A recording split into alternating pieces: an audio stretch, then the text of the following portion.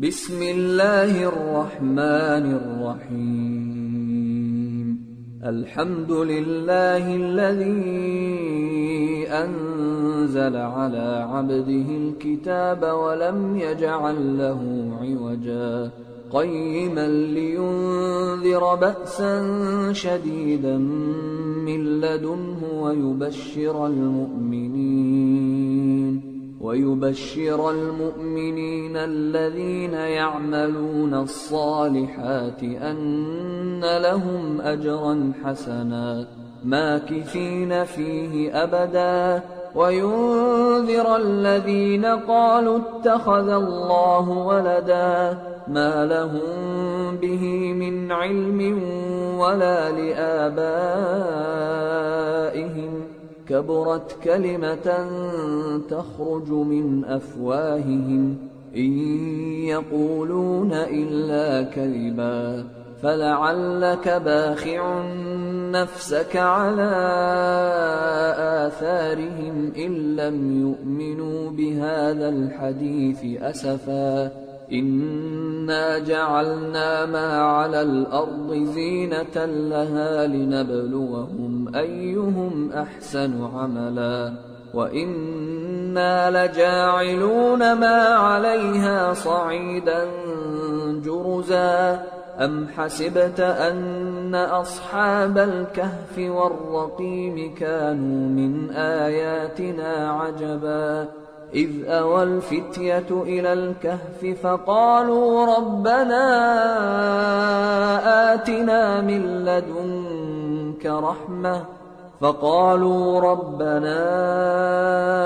آتنا من لدنك رحمة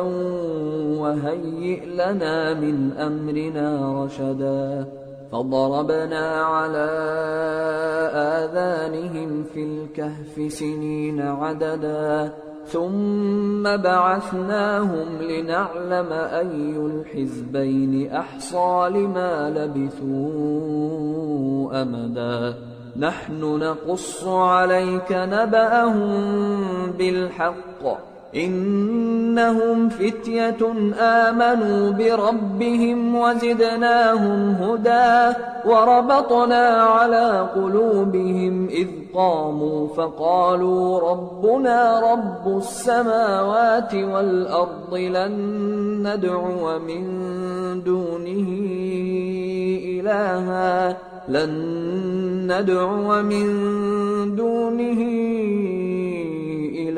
لقد قلنا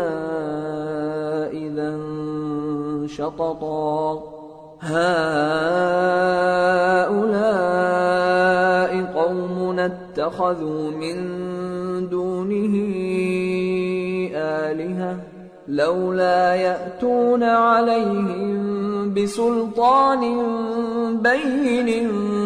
فمن أظلم ممن افترى على الله كذبا وإذ اعتزلتموهم وما يعبدون إلا الله فأووا إلى الكهف ينشر لكم ربكم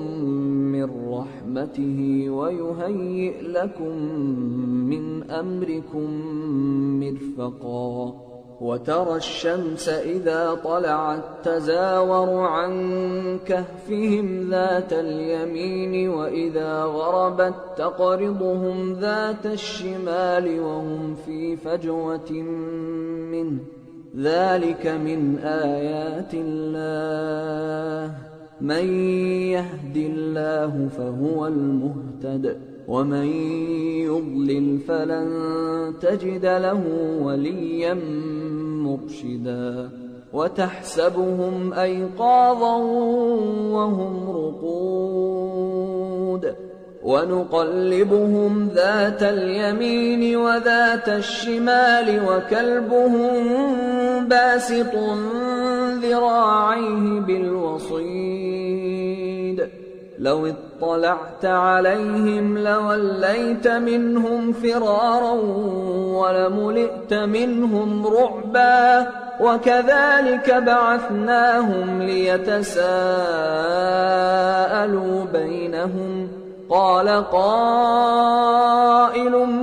منهم كم لبثتم قالوا لبثنا يوما أو بعض يوم قالوا ربكم أعلم بما لبثتم فابعثوا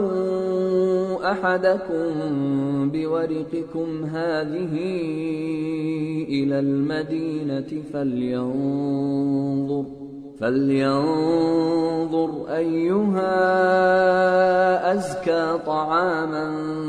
فليأتكم برزق منه وليتلطف ولا يشعرن بكم أحدا إنهم إن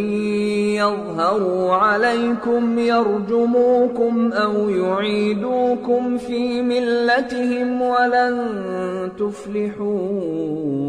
إذا أبدا وكذلك أعثرنا عليهم ليعلموا أن وعد الله حق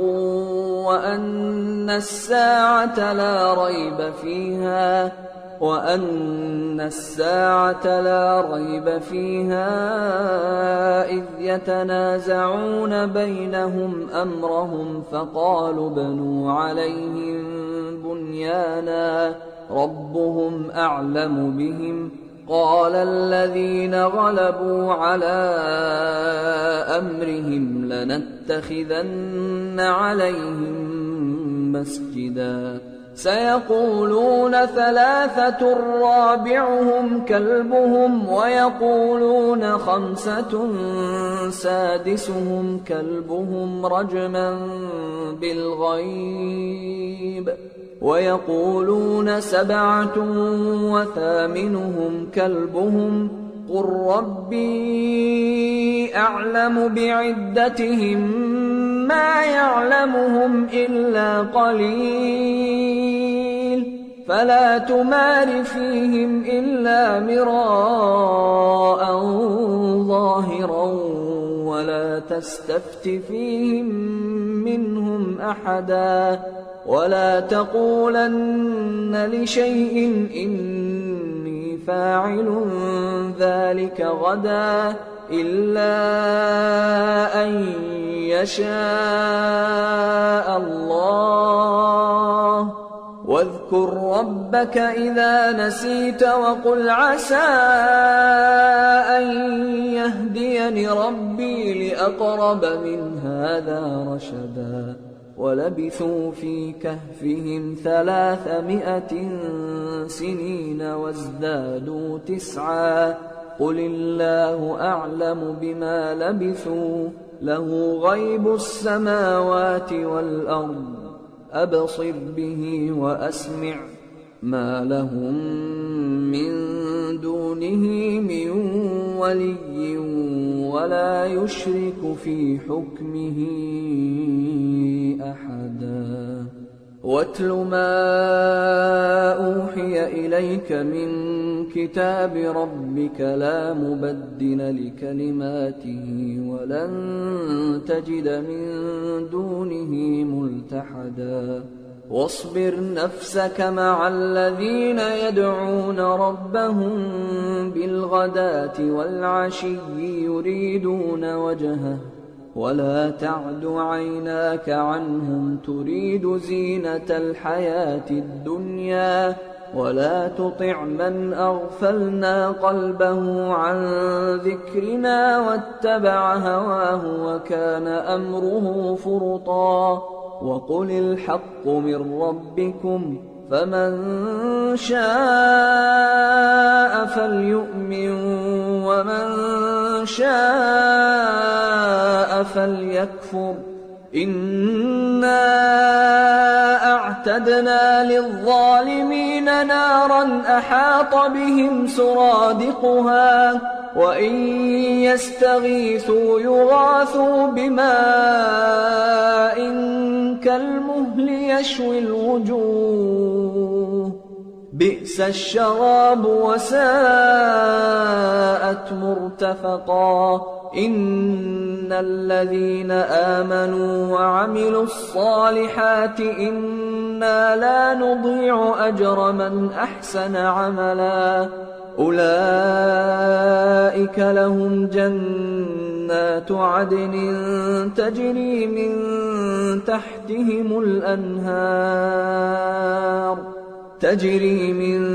تحتهم الأنهار يحلون فيها من أساور من ذهب ويلبسون ثيابا خضرا من سندس وإستبرق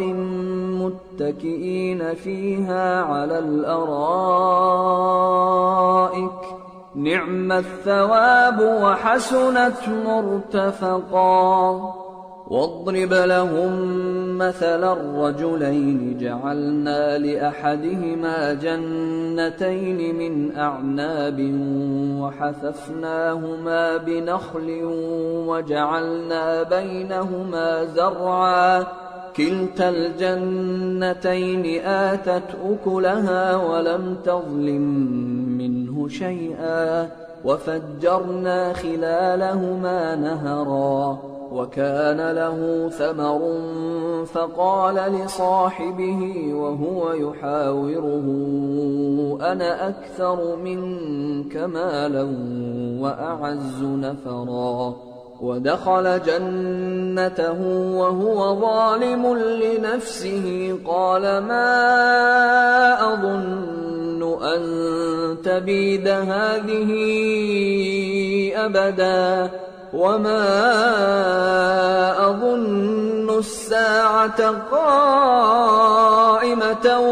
ولئن رددت إلى ربي لأجدن خيرا منها منقلبا قال له صاحبه وهو يحاوره أكفرت بالذي خلقك من تراب ثم من نطفة ثم سواك رجلا لكن هو الله ربي ولا أشرك بربي أحدا ولولا إذ دخلت جنتك قلت ما شاء الله لا قوة إلا بالله إن ترني أنا أقل منك مالا وولدا فعسى ربي أن يؤتيني خيرا من جنتك ويرسل عليها حسبانا من السماء فتصبح صعيدا زلقا أو يصبح ماؤها غورا فلن تستطيع له طلبا وأحيط بثمره فأصبح يقلب كفيه على ما أنفق فيها وهي خاوية على عروشها ويقول يا ليتني لم أشرك بربي أحدا ولم تكن له فئة ينصرونه من دون الله وما كان منتصرا هنالك الولاية لله الحق هو خير ثوابا وخير عقبا واضرب لهم مثل الحياة الدنيا كماء أنزلناه من السماء فاختلط به نبات الأرض فأصبح هشيما تذروه الرياح وكان الله على كل شيء مقتدرا المال والبنون زينة الحياة الدنيا والباقيات الصالحات خير عند ربك ثوابا وخير أملا ويوم نسير الجبال وترى الأرض بارزة وحشرناهم فلم نغادر منهم أحدا وعرضوا على ربك صفا لقد جئتمونا كما خلقناكم أول مرة بل زعمتم أن لن نجعل لكم موعدا ووضع الكتاب فترى المجرمين مشفقين مما فيه ويقولون يا ويلتنا ما لهذا الكتاب لا يغادر صغيرة ولا كبيرة إلا أحصاها ووجدوا ما عملوا حاضرا ولا يظلم ربك أحدا وإذ قلنا للملائكة اسجدوا لآدم فسجدوا إلا إبليس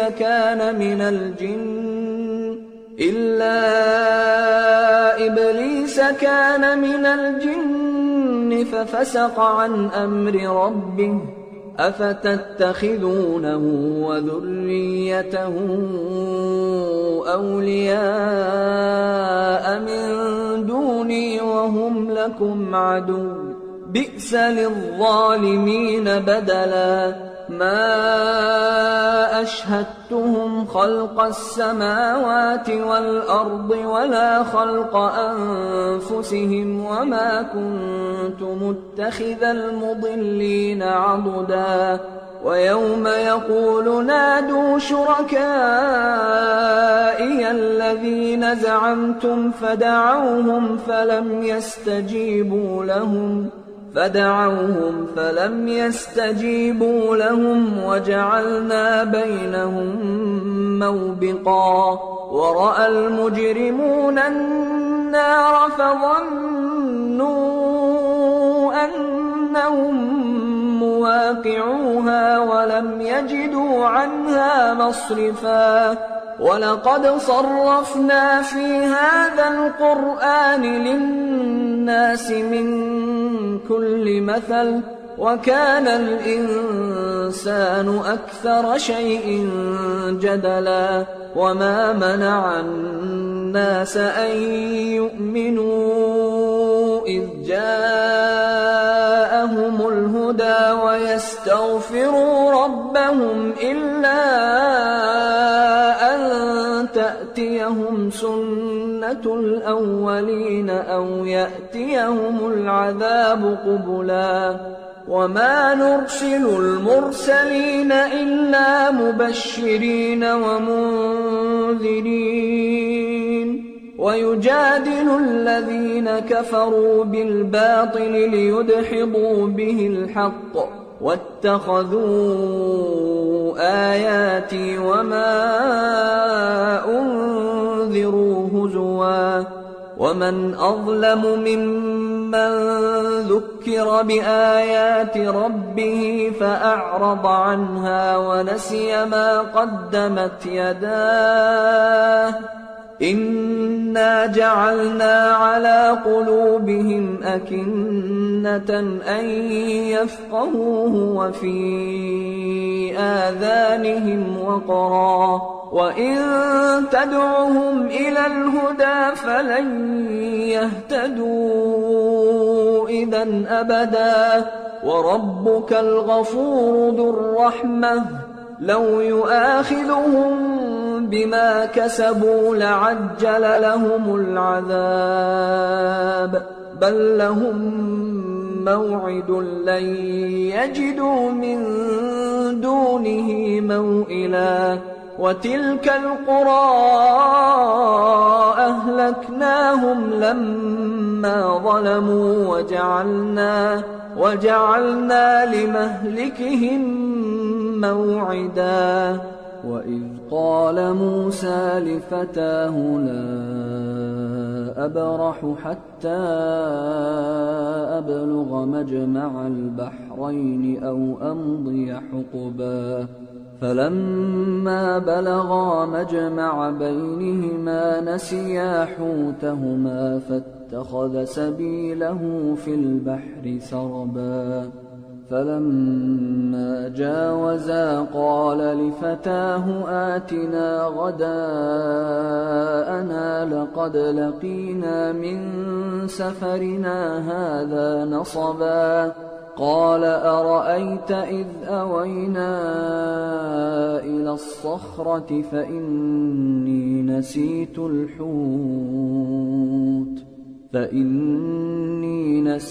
الحوت وما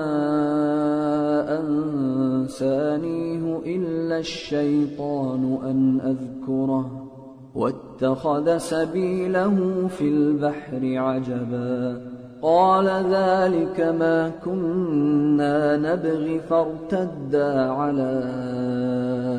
آثارهما قصصا فوجدا عبدا من عبادنا آتيناه رحمة من عندنا وعلمناه من لدنا علما قال له موسى هل أتبعك على أن تعلمني مما علمت رشدا قال إنك لن تستطيع معي صبرا وكيف تصبر على ما لم تحط به خبرا قال ستجدني إن شاء الله صابرا ولا أعصي لك أمرا قال فإن اتبعتني فلا تسألني عن شيء حتى أحدث لك منه ذكرا فانطلقا حتى إذا ركبا في السفينة خرقها قال أخرقتها لتغرق أهلها لقد جئت شيئا إمرا قال ألم أقل إنك لن تستطيع معي صبرا قال لا تؤاخذني بما نسيت ولا ترهقني من أمري عسرا فانطلقا حتى إذا لقيا غلاما فقتله قال أقتلت نفسا زكية بغير نفس قال أقتلت نفسا زكية بغير نفس لقد جئت شيئا نكرا قال ألم أقل لك إنك لن تستطيع معي صبرا قال إن سألتك عن شيء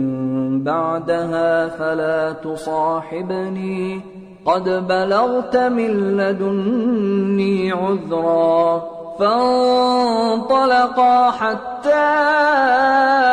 إذا أتيا أهل قرية استطعما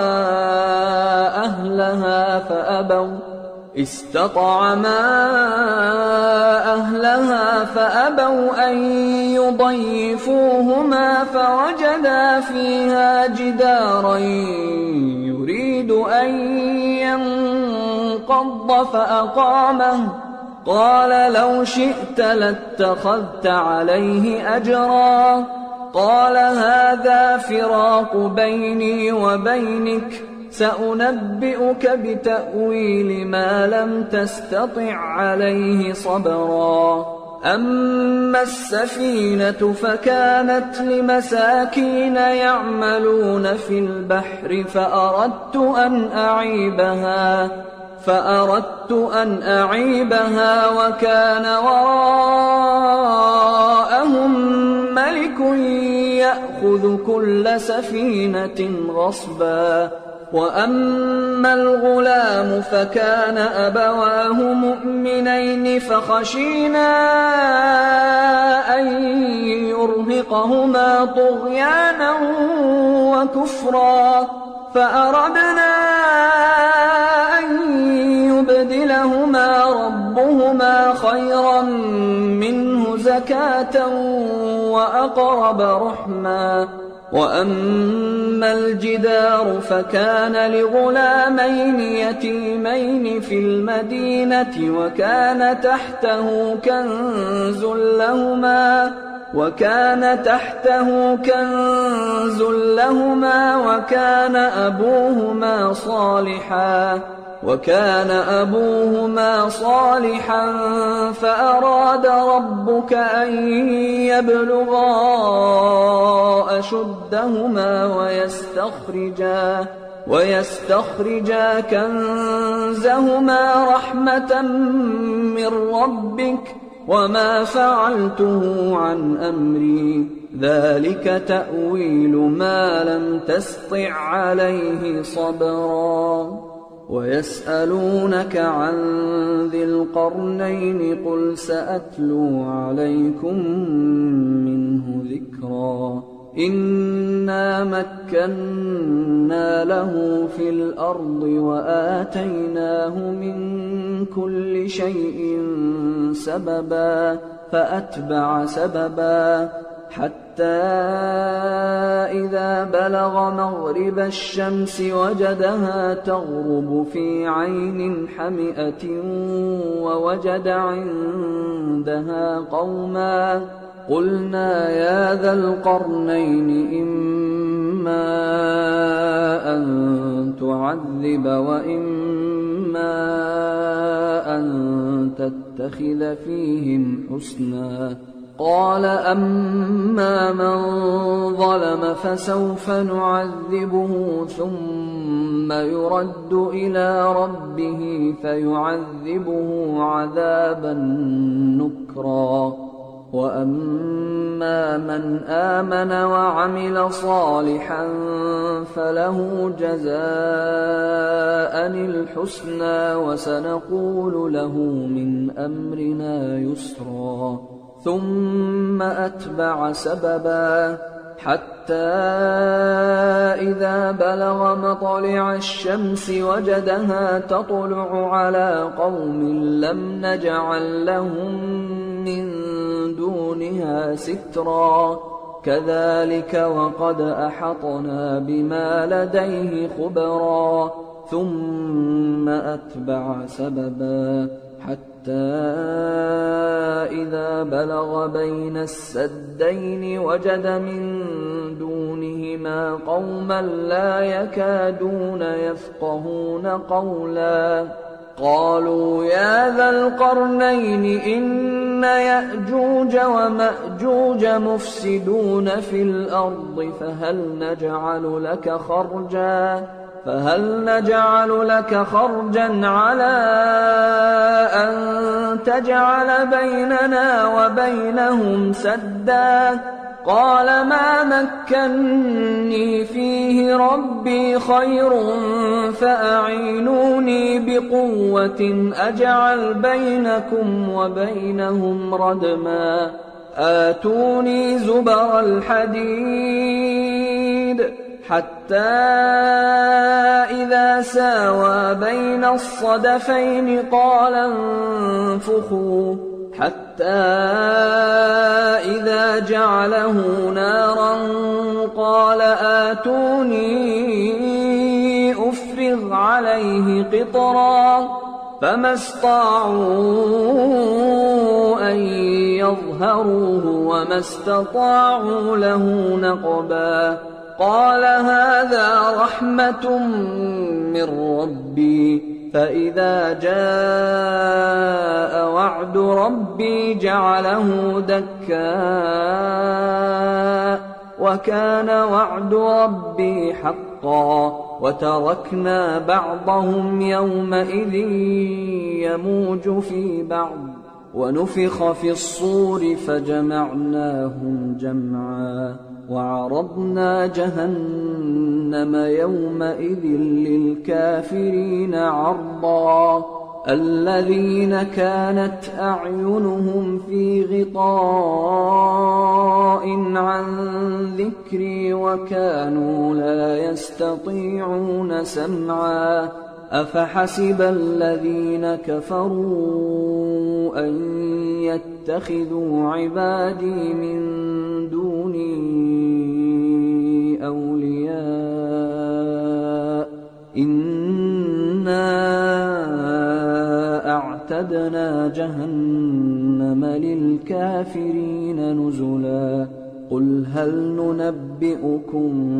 بالأخسرين أعمالا الذين ضل سعيهم في الحياة الدنيا وهم يحسبون أنهم يحسنون صنعا أولئك الذين كفروا بآيات ربهم ولقائه فحبطت أعمالهم فلا نقيم لهم يوم القيامة وزنا ذلك جزاؤهم جهنم بما كفروا واتخذوا آياتي ورسلي هزوا إن الذين آمنوا وعملوا الصالحات كانت لهم جنات الفردوس نزلا خالدين فيها لا يبغون عنها حولا قل لو كان البحر مدادا لكلمات ربي لنفد البحر قبل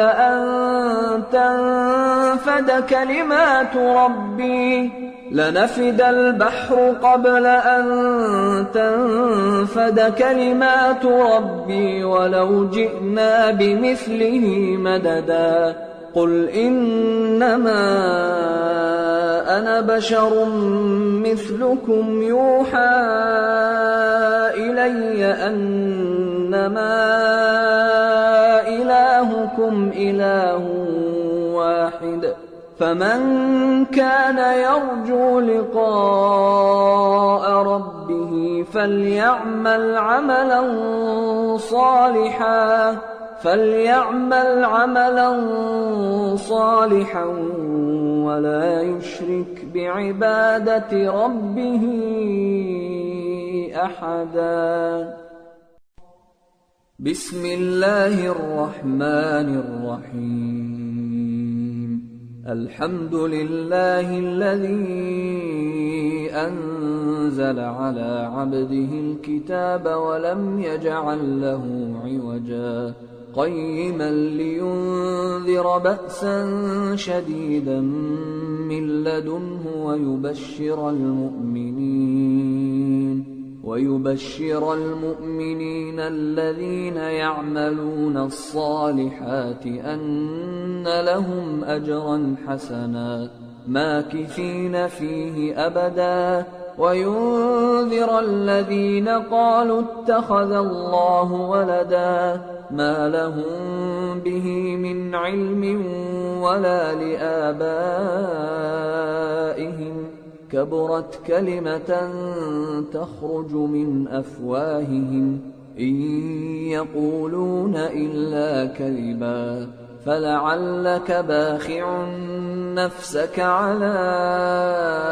آثارهم إن لم يؤمنوا بهذا الحديث أسفا إنا جعلنا ما على الأرض زينة لها لنبلوهم أيهم أحسن عملا وإنا لجاعلون ما عليها صعيدا جرزا أم حسبت أن أصحاب الكهف والرقيم كانوا من آياتنا عجبا إذ أوى الفتية إلى الكهف فقالوا ربنا آتنا من لدنك لدنك رحمة فقالوا ربنا آتنا من لدنك رحمة وهيئ لنا من أمرنا رشدا فضربنا على آذانهم في الكهف سنين عددا ثم بعثناهم لنعلم أي الحزبين أحصى لما لبثوا أمدا نحن نقص عليك نبأهم بالحق إنهم فتية آمنوا بربهم وزدناهم هدى وربطنا على قلوبهم إذ قاموا فقالوا ربنا رب السماوات والأرض لن ندعو من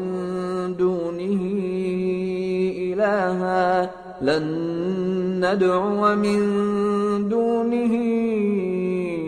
إلها لقد قلنا إذا شططا هؤلاء قومنا اتخذوا من دونه آلهة لولا يأتون عليهم بسلطان بين فمن أظلم ممن افترى على الله كذبا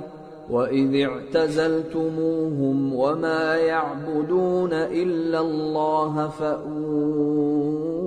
إلى الكهف ينشر لكم ربكم من رحمته ويهيئ لكم من أمركم مرفقا وترى الشمس إذا طلعت تزاور عن كهفهم ذات اليمين وإذا غربت تقرضهم ذات الشمال وهم في فجوة منه ذلك من آيات الله من يهد الله فهو المهتد ومن يضلل فلن تجد له وليا مرشدا وتحسبهم أيقاظا وهم رقود ونقلبهم ذات اليمين وذات الشمال وكلبهم باسط ذراعيه بالوصيد لو اطلعت عليهم لوليت منهم فرارا ولملئت منهم رعبا وكذلك بعثناهم ليتساءلوا بينهم قال قائل منهم كم لبثتم قالوا لبثنا يوما أو بعض يوم قالوا ربكم أعلم بما لبثتم فابعثوا أحدكم بورقكم هذه إلى المدينة فلينظر أيها أزكى طعاما فليأتكم برزق منه وليتلطف ولا يشعرن بكم أحدا إنهم إن يظهروا عليكم يرجموكم أو يعيدوكم في ملتهم ولن تفلحوا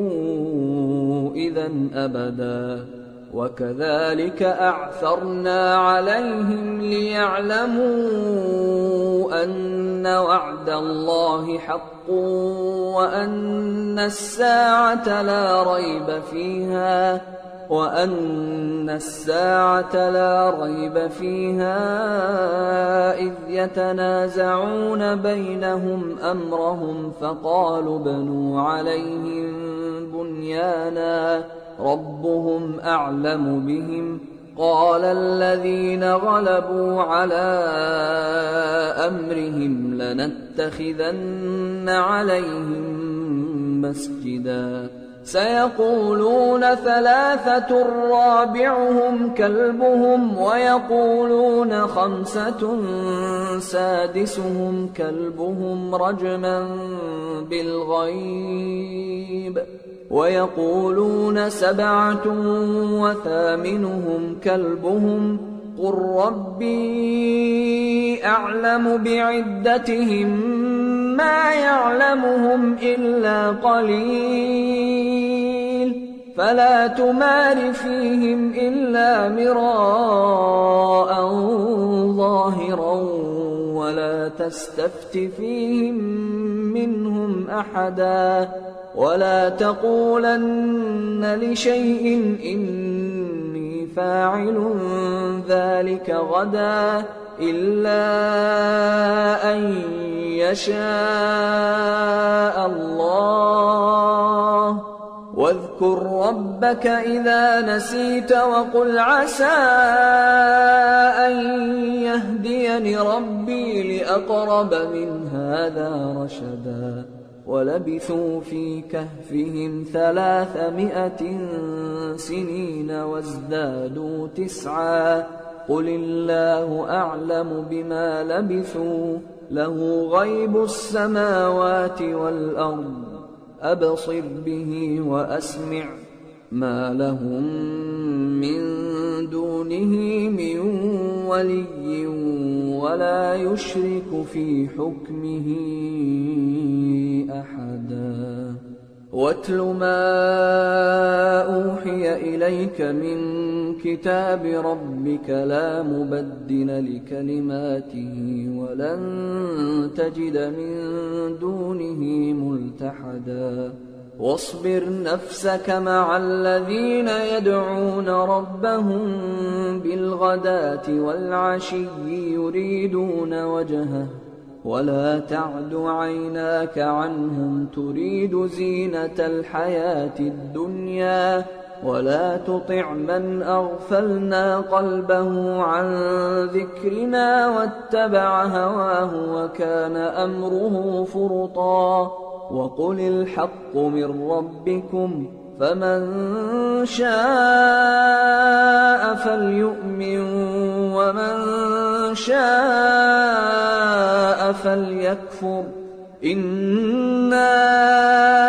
أعتدنا للظالمين نارا أحاط بهم سرادقها وإن يستغيثوا يغاثوا بماء كالمهل يشوي الوجوه بئس الشراب وساءت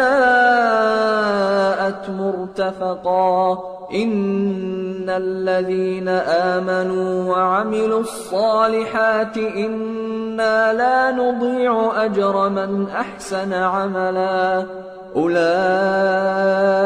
لهم جنات عدن تجري من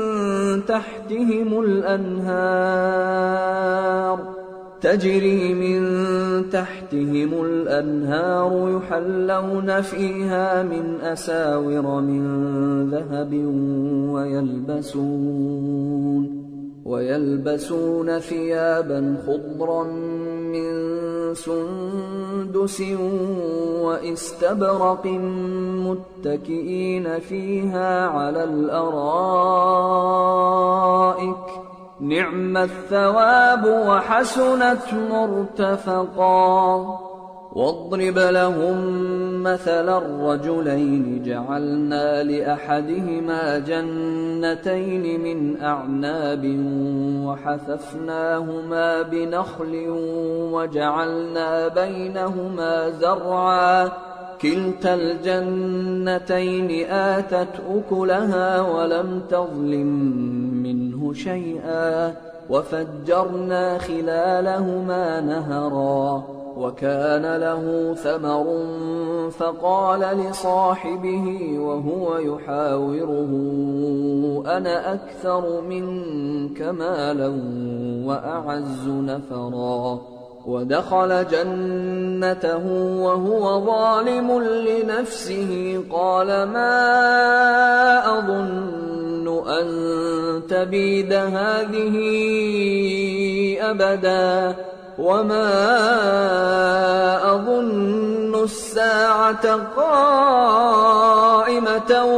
ولئن رددت إلى ربي لأجدن خيرا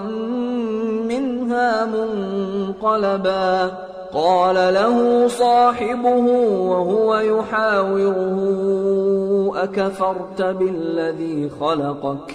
أكفرت بالذي خلقك من تراب ثم من نطفة ثم سواك رجلا لكن هو الله ربي ولا أشرك بربي أحدا ولولا إذ دخلت جنتك قلت ما شاء الله لا قوة إلا بالله إن ترني أنا أقل منك مالا وولدا فعسى ربي أن يؤتيني خيرا من جنتك ويرسل عليها حسبانا من السماء فتصبح صعيدا زلقا أو يصبح ماؤها غورا فلن تستطيع له طلبا وأحيط بثمره فأصبح يقلب كفيه على ما أنفق فيها وهي خاوية على عروشها ويقول يا ليتني لم أشرك بربي أحدا ولم تكن له فئة ينصرونه من دون الله وما كان منتصرا هنالك الولاية لله الحق هو خير ثوابا وخير عقبا واضرب لهم مثل الحياة الدنيا كماء أنزلناه من السماء فاختلط به نبات الأرض فأصبح هشيما تذروه الرياح وكان الله على كل شيء مقتدرا المال والبنون زينة الحياة الدنيا والباقيات الصالحات خير عند ربك ثوابا وخير أملا ويوم نسير الجبال وترى الأرض بارزة وحشرناهم فلم نغادر منهم أحدا وعرضوا على ربك صفا لقد جئتمونا كما خلقناكم أول مرة بل زعمتم أن لن نجعل لكم موعدا ووضع الكتاب فترى المجرمين مشفقين مما فيه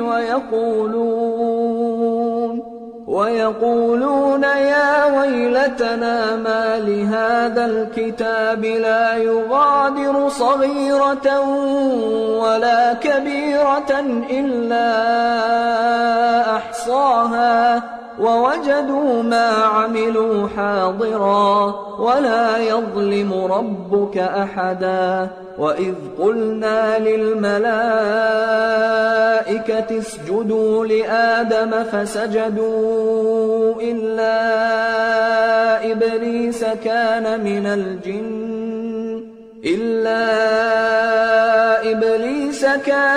الجن ففسق عن أمر ربه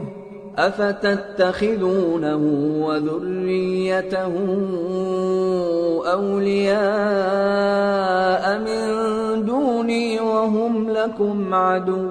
بئس للظالمين بدلا ما أشهدتهم خلق السماوات والأرض ولا خلق أنفسهم وما كنت متخذ المضلين عضدا ويوم يقول نادوا شركائي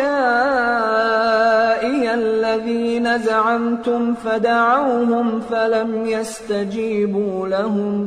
فدعوهم فلم يستجيبوا لهم وجعلنا بينهم موبقا ورأى المجرمون النار فظنوا أنهم مواقعوها ولم يجدوا عنها مصرفا ولقد صرفنا في هذا القرآن للناس من كل مثل وكان الإنسان أكثر شيء جدلا وما منع الناس أن يؤمنوا إذ جاءهم الهدى ويستغفروا ربهم إلا أن تأتيهم سنة الأولين أو يأتيهم العذاب قبلا وما نرسل المرسلين إلا مبشرين ومنذرين ويجادل الذين كفروا بالباطل ليدحضوا به الحق واتخذوا آياتي وما أنذروا هزوا ومن أظلم ممن ذكر بآيات ربه فأعرض عنها ونسي ما قدمت يداه إنا جعلنا على قلوبهم أكنة أن يفقهوه وفي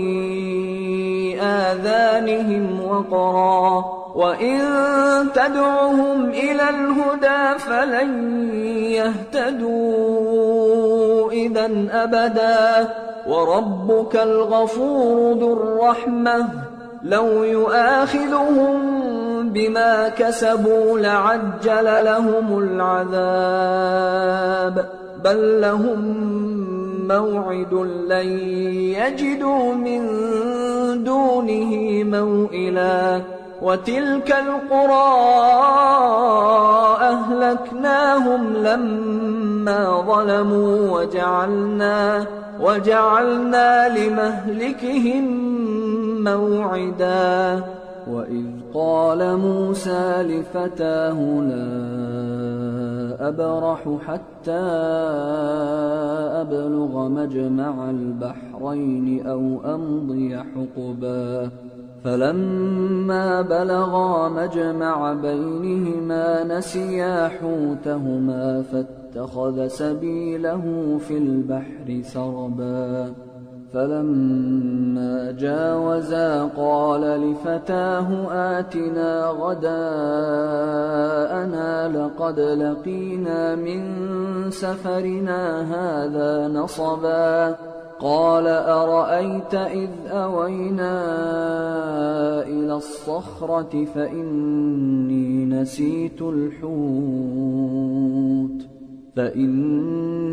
نسيت الحوت وما أنسانيه إلا الشيطان أن أذكره واتخذ سبيله في البحر عجبا قال ذلك ما كنا نبغي فارتدا على آثارهما قصصا فوجدا عبدا من عبادنا آتيناه رحمة من عندنا وعلمناه من لدنا علما قال له موسى هل أتبعك على أن تعلمني مما علمت رشدا قال إنك لن تستطيع معي صبرا وكيف تصبر على ما لم تحط به خبرا قال ستجدني إن شاء الله صابرا ولا أعصي لك أمرا قال فإن اتبعتني فلا تسألني عن شيء حتى أحدث لك منه ذكرا فانطلقا حتى إذا ركبا في السفينة خرقها قال أخرقتها لتغرق أهلها لقد جئت شيئا إمرا قال ألم أقل إنك لن تستطيع معي صبرا قال لا تؤاخذني بما نسيت ولا ترهقني من أمري عسرا فانطلقا حتى إذا لقيا غلاما فقتله قال أقتلت نفسا زكية بغير نفس قال أقتلت نفسا زكية بغير نفس لقد جئت شيئا نكرا قال ألم أقل لك إنك لن تستطيع معي صبرا قال إن سألتك عن شيء بعدها فلا تصاحبني قد بلغت من لدني عذرا فانطلقا حتى إذا أتيا أهل قرية استطعما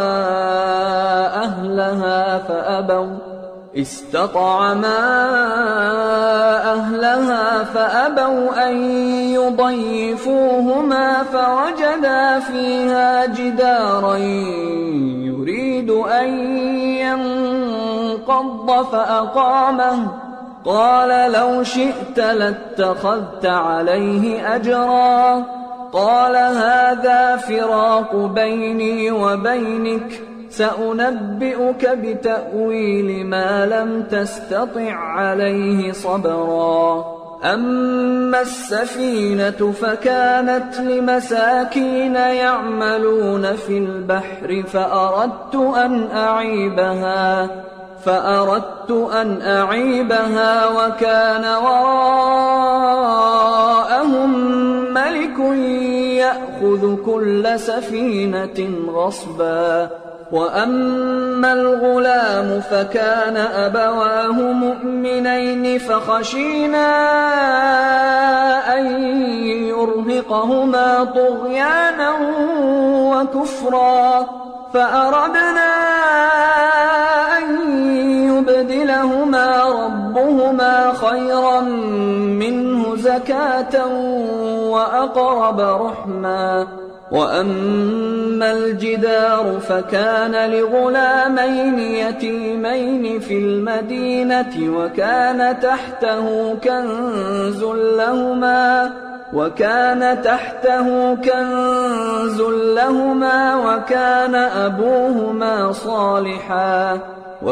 أبوهما صالحا فأراد ربك أن يبلغا أشدهما ويستخرجا كنزهما رحمة من ربك وما فعلته عن أمري ذلك تأويل ما لم تسطع عليه صبرا ويسألونك عن ذي القرنين قل سأتلو عليكم منه ذكرا إنا مكنا له في الأرض وآتيناه من كل شيء سببا فأتبع سببا حتى إذا بلغ مغرب الشمس وجدها تغرب في عين حمئة ووجد عندها قلنا يا ذا القرنين إما أن تعذب وإما أن تتخذ فيهم حسنا. قال أما من ظلم فسوف نعذبه ثم يرد إلى ربه فيعذبه عذابا نكرا. وأما من آمن وعمل صالحا فله جزاء الحسنى وسنقول له من أمرنا يسرا. ثم أتبع سببا حتى إذا بلغ مطلع الشمس وجدها تطلع على قوم لم نجعل لهم من دونها سترا. كذلك وقد أحطنا بما لديه خبرا. ثم أتبع سببا حتى إذا بلغ بين السدين وجد من دونهما قوما لا يكادون يفقهون قولا. قالوا يا ذا القرنين إن يأجوج ومأجوج مفسدون في الأرض فهل نجعل لك خرجا على أن تجعل بيننا وبينهم سدا. قال ما مكني فيه ربي خير فأعينوني بقوة أجعل بينكم وبينهم ردما. آتوني زبر الحديد حتى إذا ساوى بين الصدفين قال انفخوا حتى إذا جعله نارا قال آتوني أفرغ عليه قطرا. فما استطاعوا أن يظهروه وما استطاعوا له نقبا. قال هذا رحمة من ربي فإذا جاء وعد ربي جعله دكا وكان وعد ربي حقا. وتركنا بعضهم يومئذ يموج في بعض ونفخ في الصور فجمعناهم جمعا. وعرضنا جهنم يومئذ للكافرين عرضا. الذين كانت أعينهم في غطاء عن ذكري وكانوا لا يستطيعون سمعا. أفحسب الذين كفروا أن يتخذوا عبادي من دوني أولياء إنا أعتدنا جهنم للكافرين نزلا. قل هل ننبئكم بالأخسرين أعمالا الذين ضل سعيهم في الحياة الدنيا وهم يحسبون أنهم يحسنون صنعا. أولئك الذين كفروا بآيات ربهم ولقائه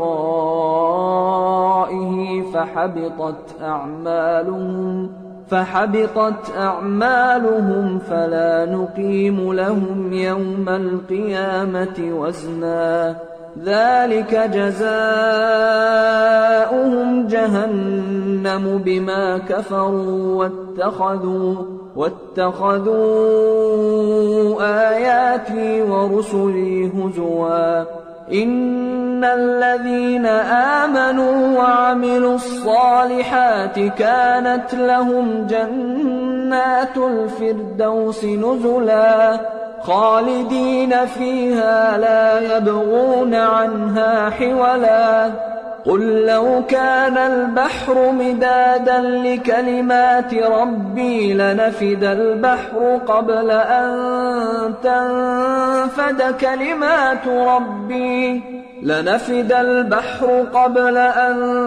تنفد كلمات ربي ولو جئنا بمثله مددا قل إنما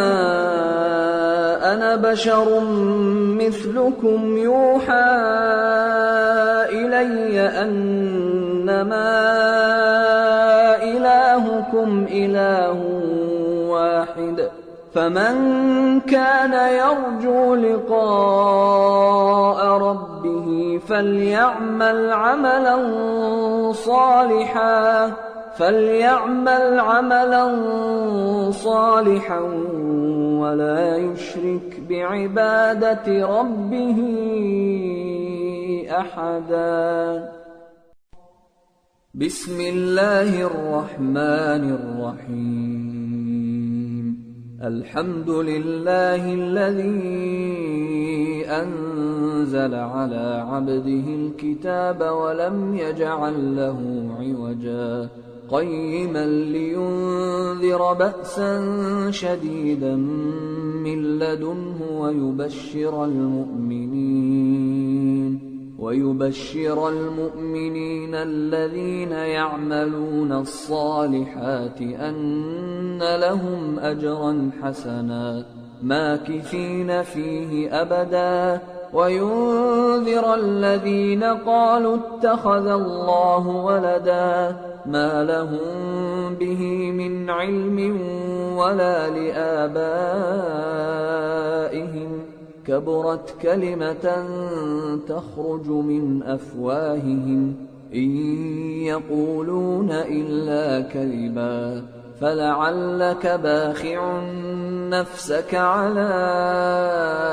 آثارهم إن لم يؤمنوا بهذا الحديث أسفا إنا جعلنا ما على الأرض زينة لها لنبلوهم أيهم أحسن عملا وإنا لجاعلون ما عليها صعيدا جرزا أم حسبت أن أصحاب الكهف والرقيم كانوا من آياتنا عجبا إذ أوى الفتية إلى الكهف فقالوا ربنا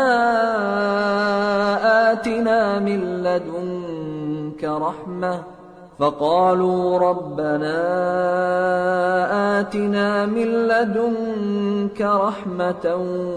وهيئ لنا من أمرنا رشدا فضربنا على آذانهم في الكهف سنين عددا ثم بعثناهم لنعلم أي الحزبين أحصى لما لبثوا أمدا نحن نقص عليك نبأهم بالحق إنهم فتية آمنوا بربهم وزدناهم هدى وربطنا على قلوبهم إذ قاموا فقالوا ربنا رب السماوات والأرض لن ندعو من دونه إلها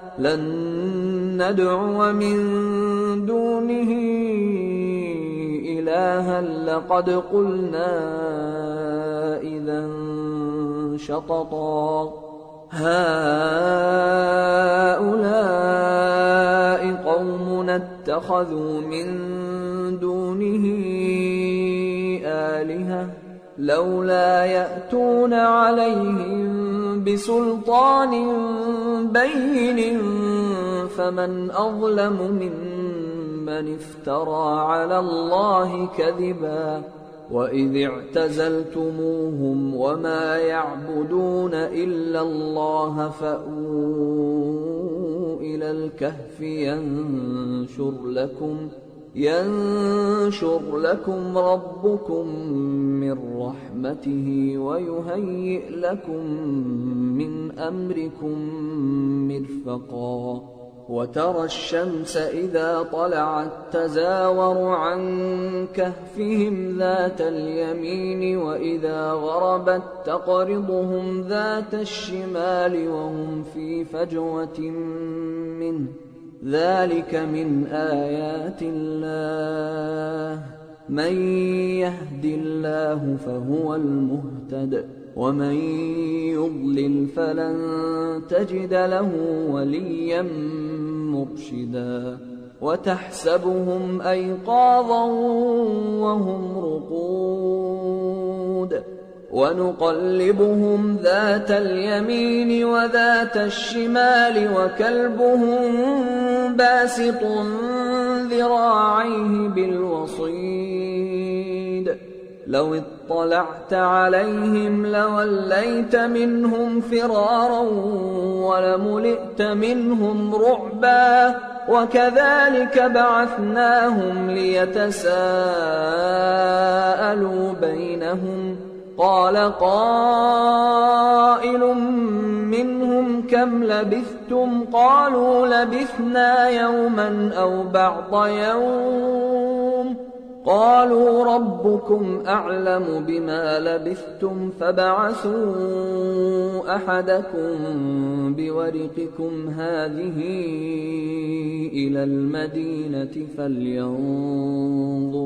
فلينظر أيها أزكى طعاما فليأتكم برزق منه وليتلطف ولا يشعرن بكم أحدا إنهم إن يظهروا عليكم يرجموكم أو يعيدوكم في ملتهم ولن تفلحوا إذا أبدا وكذلك أعثرنا عليهم ليعلموا أن وعد الله حق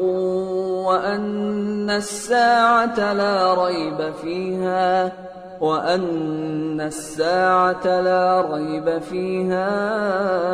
إذ يتنازعون بينهم أمرهم فقالوا بنوا عليهم بنيانا ربهم أعلم بهم قال الذين غلبوا على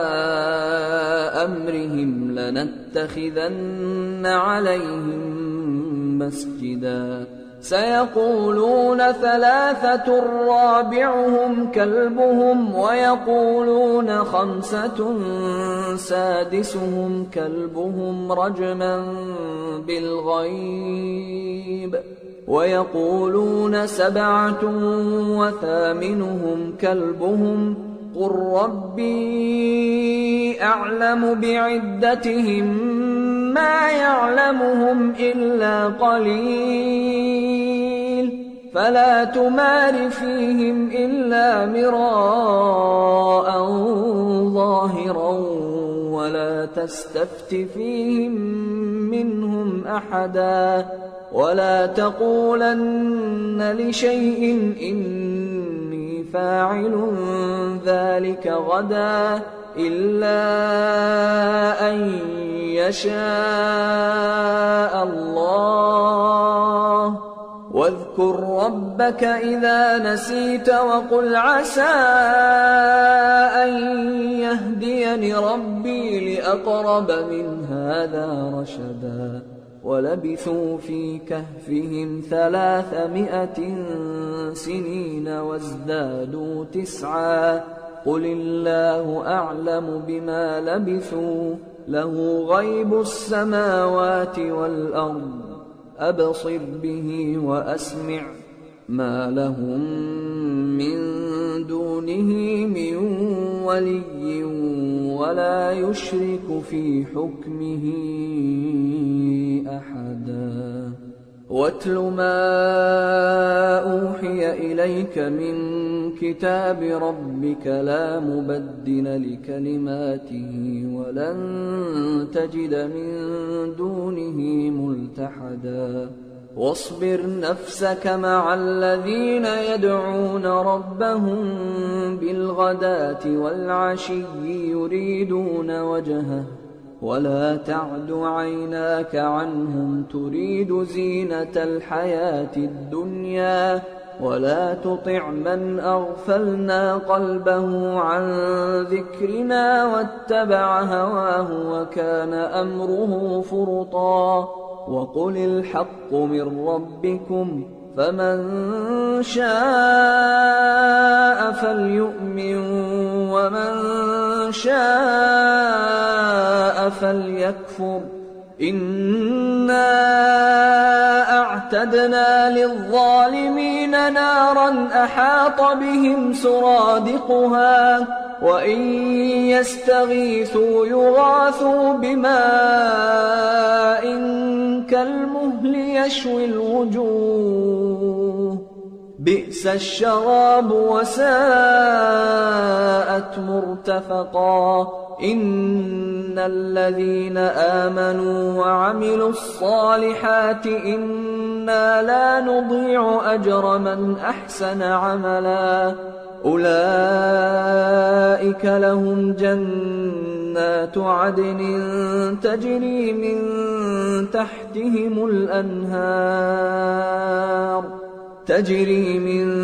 تحتهم الأنهار يحلون فيها من أساور من ذهب ويلبسون ثيابا خضرا من سندس واستبرق متكئين فيها على الأرائك نعم الثواب وحسنت مرتفقا واضرب لهم مثلا الرجلين جعلنا لأحدهما جنتين من أعناب وحففناهما بنخل وجعلنا بينهما زرعا كلتا الجنتين آتت أكلها ولم تظلم منه شيئا وفجرنا خلالهما نهرا وكان له ثمر فقال لصاحبه وهو يحاوره أنا أكثر منك مالا وأعز نفرا ودخل جنته وهو ظالم لنفسه قال ما أظن أن تبيد هذه أبدا وما أظن الساعة قائمة ولئن رددت إلى ربي لأجدن خيرا منها منقلبا قال له صاحبه وهو يحاوره أكفرت بالذي خلقك من تراب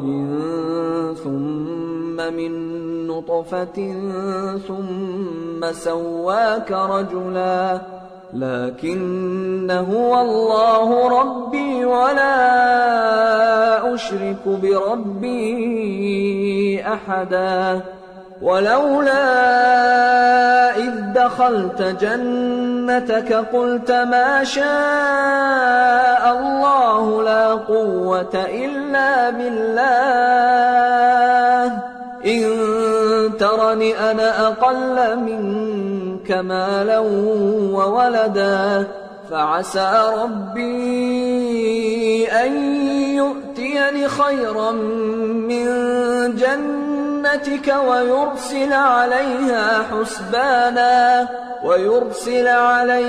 حسبانا من السماء فتصبح صعيدا زلقا أو يصبح ماؤها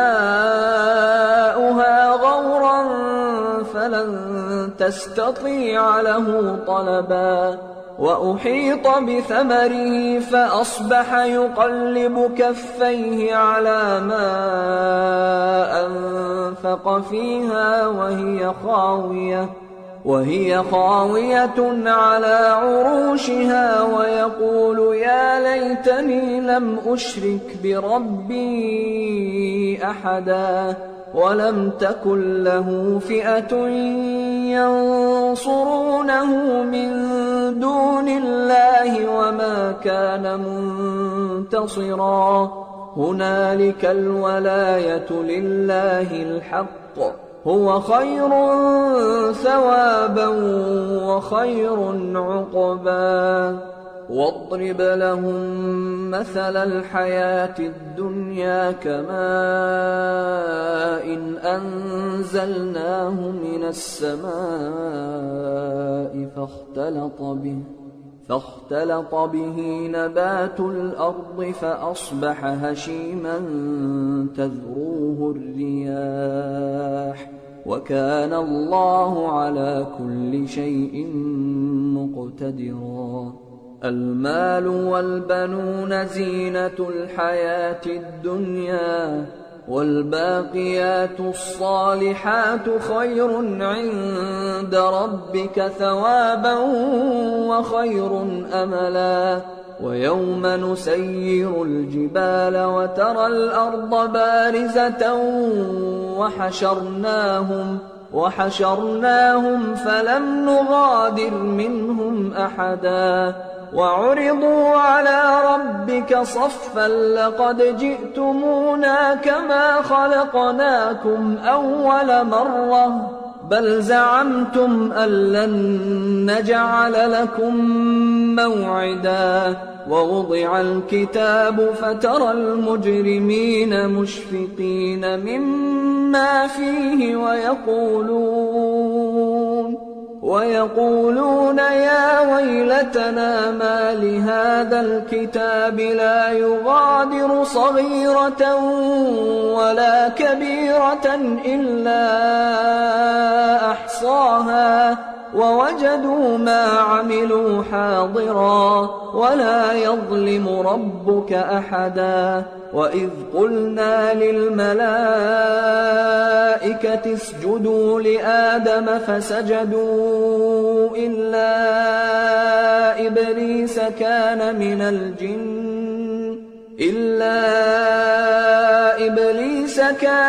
الجن ففسق عن أمر ربه أفتتخذونه وذريته أولياء من دوني وهم لكم عدو بئس للظالمين بدلا ما أشهدتهم خلق السماوات والأرض ولا خلق أنفسهم وما كنت متخذ المضلين عضدا ويوم يقول نادوا شركائي الذين زعمتم فدعوهم فلم يستجيبوا لهم وجعلنا بينهم موبقا ورأى المجرمون النار فظنوا أنهم مواقعوها ولم يجدوا عنها مصرفا ولقد صرفنا في هذا القرآن للناس من كل مثل وكان الإنسان أكثر شيء جدلا وما منع الناس أن يؤمنوا إذ جاءهم الهدى ويستغفروا ربهم إلا أن تأتيهم سنة الأولين أو يأتيهم العذاب قبلا وما نرسل المرسلين إلا مبشرين ومنذرين ويجادل الذين كفروا بالباطل ليدحضوا به الحق واتخذوا آياتي وما أنذروا هزوا ومن أظلم ممن ذكر بآيات ربه فأعرض عنها ونسي ما قدمت يداه إنا جعلنا على قلوبهم أكنة أن يفقهوه وفي آذانهم وقرا وإن تدعهم إلى الهدى فلن يهتدوا إذا أبدا وربك الغفور ذو الرحمة لو يؤاخذهم بما كسبوا لعجل لهم العذاب بل لهم موعد لن يجدوا من دونه موئلا وتلك القرى أهلكناهم لما ظلموا وجعلنا لمهلكهم موعدا وإذ قال موسى لفتاه لا أبرح حتى أبلغ مجمع البحرين أو أمضي حقبا فلما بلغا مجمع بينهما نسيا حوتهما فاتخذ سبيله في البحر سربا فلما جاوزا قال لفتاه آتنا غداءنا لقد لقينا من سفرنا هذا نصبا قال أرأيت إذ أوينا إلى الصخرة فإني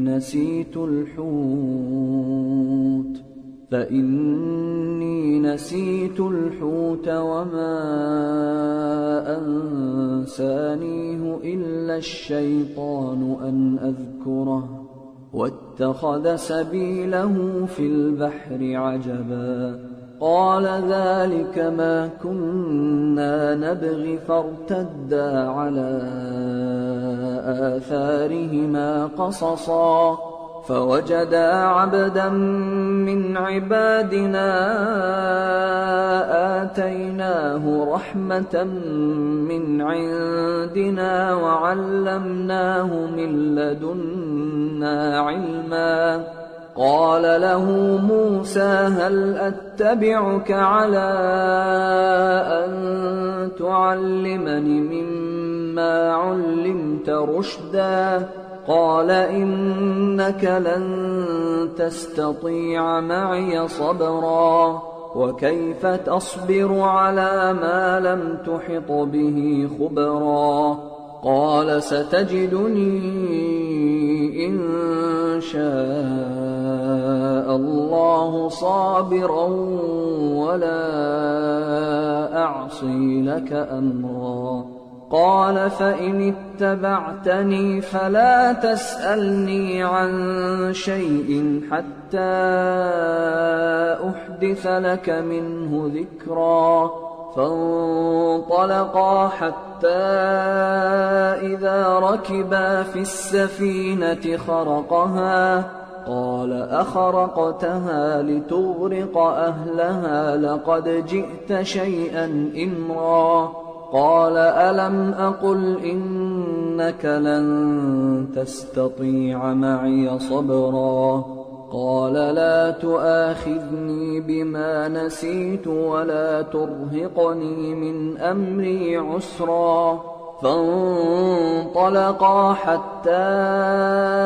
إذا لقيا غلاما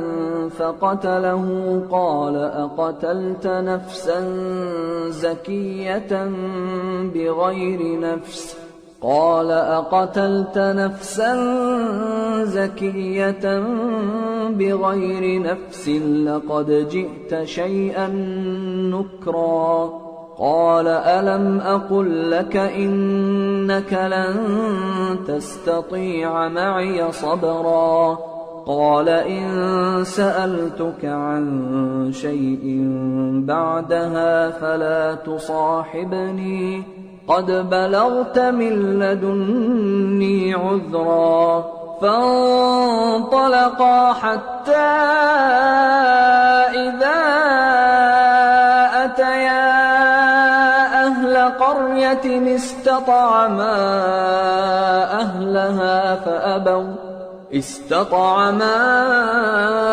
أهلها فأبوا أن يضيفوهما فوجدا فيها جدارا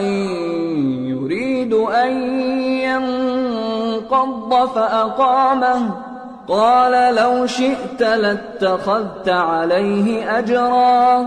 قال هذا فراق بيني وبينك سأنبئك بتأويل ما لم تستطع عليه صبرا. أما السفينة فكانت لمساكين يعملون في البحر فأردت أن أعيبها وكان وراءهم ملك يأخذ كل سفينة غصبا. وأما الغلام فكان أبواه مؤمنين فخشينا أن يرهقهما طغيانا وكفرا فأردنا أن يبدلهما ربهما خيرا منه زكاة وأقرب رحما. وأما الجدار فكان لغلامين يتيمين في المدينة وكان تحته كنز لهما وكان أبوهما صالحا فأراد ربك أن يبلغا أشدهما ويستخرجا كنزهما رحمة من ربك وما فعلته عن أمري ذلك تأويل ما لم تسطع عليه صبرا. ويسألونك عن ذي القرنين قل سأتلو عليكم منه ذكرا. إنا مكنا له في الأرض وآتيناه من كل شيء سببا فأتبع سببا حتى إذا بلغ مغرب الشمس وجدها تغرب في عين حمئة ووجد عندها قوما. قلنا يا ذا القرنين إما أن تعذب وإما أن تتخذ فيهم حسنا. قال أما من ظلم فسوف نعذبه ثم يرد إلى ربه فيعذبه عذابا نكرا. وأما من آمن وعمل صالحا فله جزاء الحسنى وسنقول له من أمرنا يسرا. ثم أتبع سببا حتى إذا بلغ مطلع الشمس وجدها تطلع على قوم لم نجعل لهم من دونها سترا. كذلك وقد أحطنا بما لديه خبرا. ثم أتبع سببا حتى إذا بلغ بين السدين وجد من دونهما قوما لا يكادون يفقهون قولا. قالوا يا ذا القرنين إن يأجوج ومأجوج مفسدون في الأرض فهل نجعل لك خرجا فهل نجعل لك خرجا على أن تجعل بيننا وبينهم سدا؟ قال ما مكني فيه ربي خير فأعينوني بقوة أجعل بينكم وبينهم ردما آتوني زبر الحديد حتى إذا ساوى بين الصدفين قال انفخوا حتى إذا جعله نارا قال آتوني أفرغ عليه قطرا فما استطاعوا أن يظهروه وما استطاعوا له نقبا قال هذا رحمة من ربي فإذا جاء وعد ربي جعله دكا وكان وعد ربي حقا وتركنا بعضهم يومئذ يموج في بعض ونفخ في الصور فجمعناهم جمعا وعرضنا جهنم يومئذ للكافرين عرضا الذين كانت أعينهم في غطاء عن ذكري وكانوا لا يستطيعون سمعا أفحسب الذين كفروا أن يتخذوا عبادي من دوني أولياء إنا أعتدنا جهنم للكافرين نزلا قل هل ننبئكم بالأخسرين أعمالا الذين ضل سعيهم في الحياة الدنيا وهم يحسبون أنهم يحسنون صنعا أولئك الذين كفروا بآيات ربهم ولقائه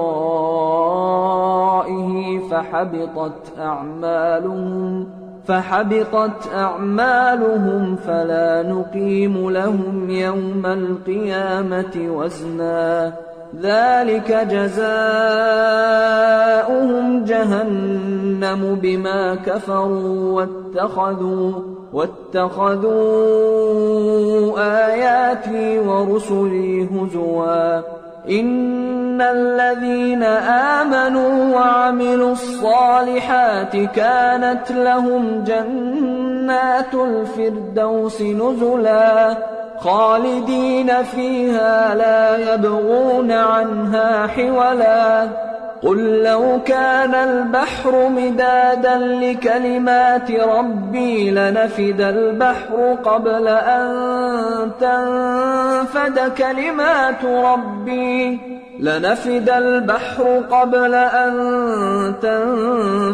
كلمات ربي ولو جئنا بمثله مددا قل إنما أنا بشر مثلكم يوحى إلي أنما إلهكم إله واحد فمن كان يرجو لقاء ربه فليعمل عملا صالحا ولا يشرك بعبادة ربه أحدا بسم الله الرحمن الرحيم الحمد لله الذي أنزل على عبده الكتاب ولم يجعل له عوجا قيما لينذر بأسا شديدا من لدنه ويبشر المؤمنين ويبشر المؤمنين الذين يعملون الصالحات أن لهم أجرا حسنا ماكثين فيه أبدا، وينذر الذين قالوا اتخذ الله ولدا ما لهم به من علم ولا لآبائهم، كبرت كلمة تخرج من أفواههم إن يقولون إلا كذبا، فلعلك باخع نفسك على آثارهم إن لم يؤمنوا بهذا الحديث أسفا، إنا جعلنا ما على الأرض زينة لها لنبلوهم أيهم أحسن عملا، وإنا لجاعلون ما عليها صعيدا جرزا. أم حسبت أن أصحاب الكهف والرقيم كانوا من آياتنا عجبا، إذ أوى الفتية إلى الكهف فقالوا ربنا آتنا من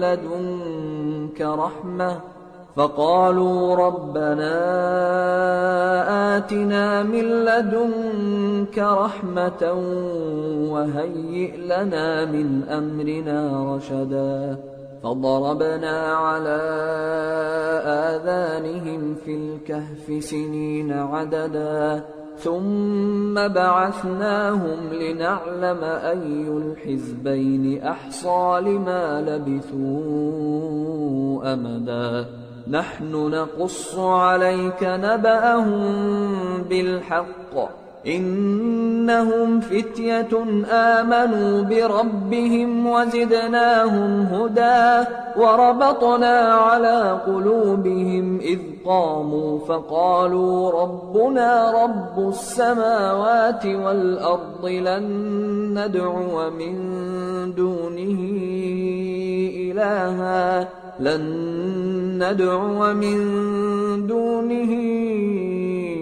إلها لقد قلنا إذا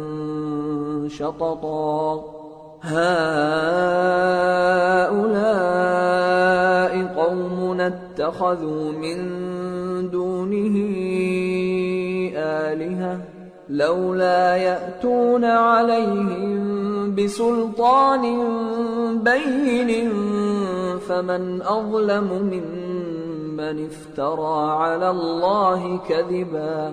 وإذ اعتزلتموهم وما يعبدون إلا الله فأووا إلى الكهف ينشر لكم ربكم من رحمته ويهيئ لكم من أمركم مرفقا. وترى الشمس إذا طلعت تزاور عن كهفهم ذات اليمين وإذا غربت تقرضهم ذات الشمال وهم في فجوة منه، ذلك من آيات الله، من يهد الله فهو المهتد، ومن يضلل فلن تجد له وليا مرشدا. وتحسبهم أيقاظا وهم رقود ونقلبهم ذات اليمين وذات الشمال وكلبهم باسط ذراعيه بالوصيد، لو اطلعت عليهم لوليت منهم فرارا ولملئت منهم رعبا. وكذلك بعثناهم ليتساءلوا بينهم، قال قائل منهم كم لبثتم؟ قالوا لبثنا يوما أو بعض يوم، قالوا ربكم أعلم بما لبثتم فابعثوا أحدكم بورقكم هذه إلى المدينة فلينظر أيها أزكى طعاما فليأتكم برزق منه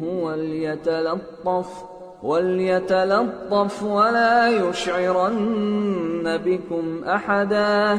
إنهم إن يظهروا عليكم يرجموكم أو يعيدوكم في ملتهم ولن تفلحوا إذا أبدا وكذلك أعثرنا عليهم ليعلموا أن وعد الله حق وأن الساعة لا ريب فيها إذ يتنازعون بينهم أمرهم فقالوا ابنوا عليهم بنيانا ربهم أعلم بهم قال الذين غلبوا على أمرهم لنتخذن عليهم مسجدا سيقولون 3 رابعهم كلبهم ويقولون 5 سادسهم كلبهم رجما بالغيب ويقولون 7 وثامنهم كلبهم قل ربي أعلم بعدتهم ما يعلمهم إلا قليل فلا تمار فيهم إلا مراء ظاهرا ولا تستفت فيهم منهم أحدا ولا تقولن لشيء إني فاعل ذلك غدا إلا أن يشاء الله واذكر ربك إذا نسيت وقل عسى أن يهديني ربي لأقرب من هذا رشدا ولبثوا في كهفهم 300 سنين وازدادوا 9 قل الله أعلم بما لبثوا له غيب السماوات والأرض أبصر به وأسمع ما لهم من دونه من ولي ولا يشرك في حكمه أحدا واتل ما أوحي إليك من كتاب ربك لا مبدل لكلماته ولن تجد من دونه ملتحدا واصبر نفسك مع الذين يدعون ربهم بالغداة والعشي يريدون وجهه ولا تعد عيناك عنهم تريد زينة الحياة الدنيا ولا تطع من أغفلنا قلبه عن ذكرنا واتبع هواه وكان أمره فرطا وقل الحق من ربكم فمن شاء فليؤمن ومن شاء فليكفر إنا أعتدنا للظالمين نارا أحاط بهم سرادقها وإن يستغيثوا يغاثوا بماء كالمهل يشوي الوجوه بئس الشراب وساءت مرتفقا إن الذين آمنوا وعملوا الصالحات إنا لا نضيع أجر من أحسن عملا أولئك لهم جنات عدن تجري من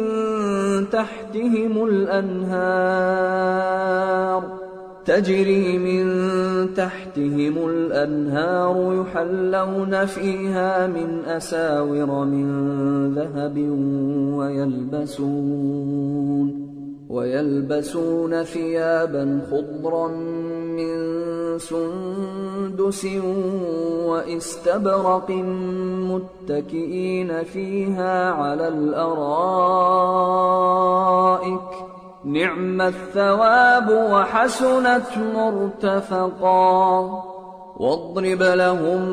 مثلا الرجلين جعلنا لأحدهما جنتين من أعناب وحففناهما بنخل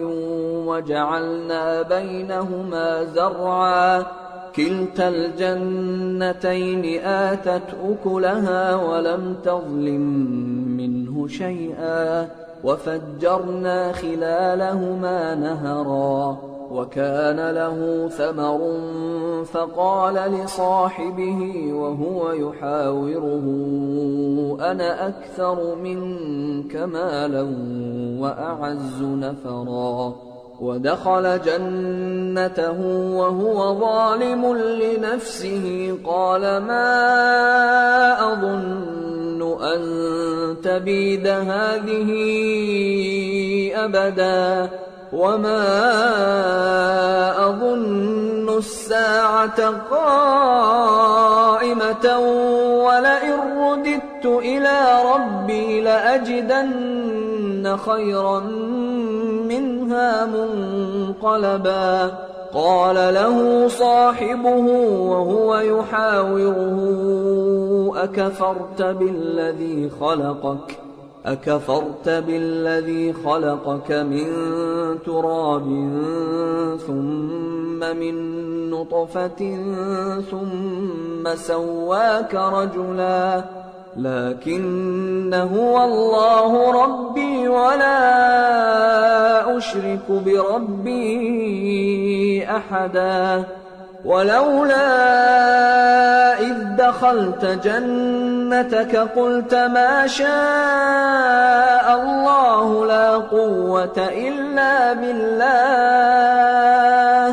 إن ترني أنا أقل منك مالا وولدا فعسى ربي أن يؤتيني خيرا من جنتك ويرسل عليها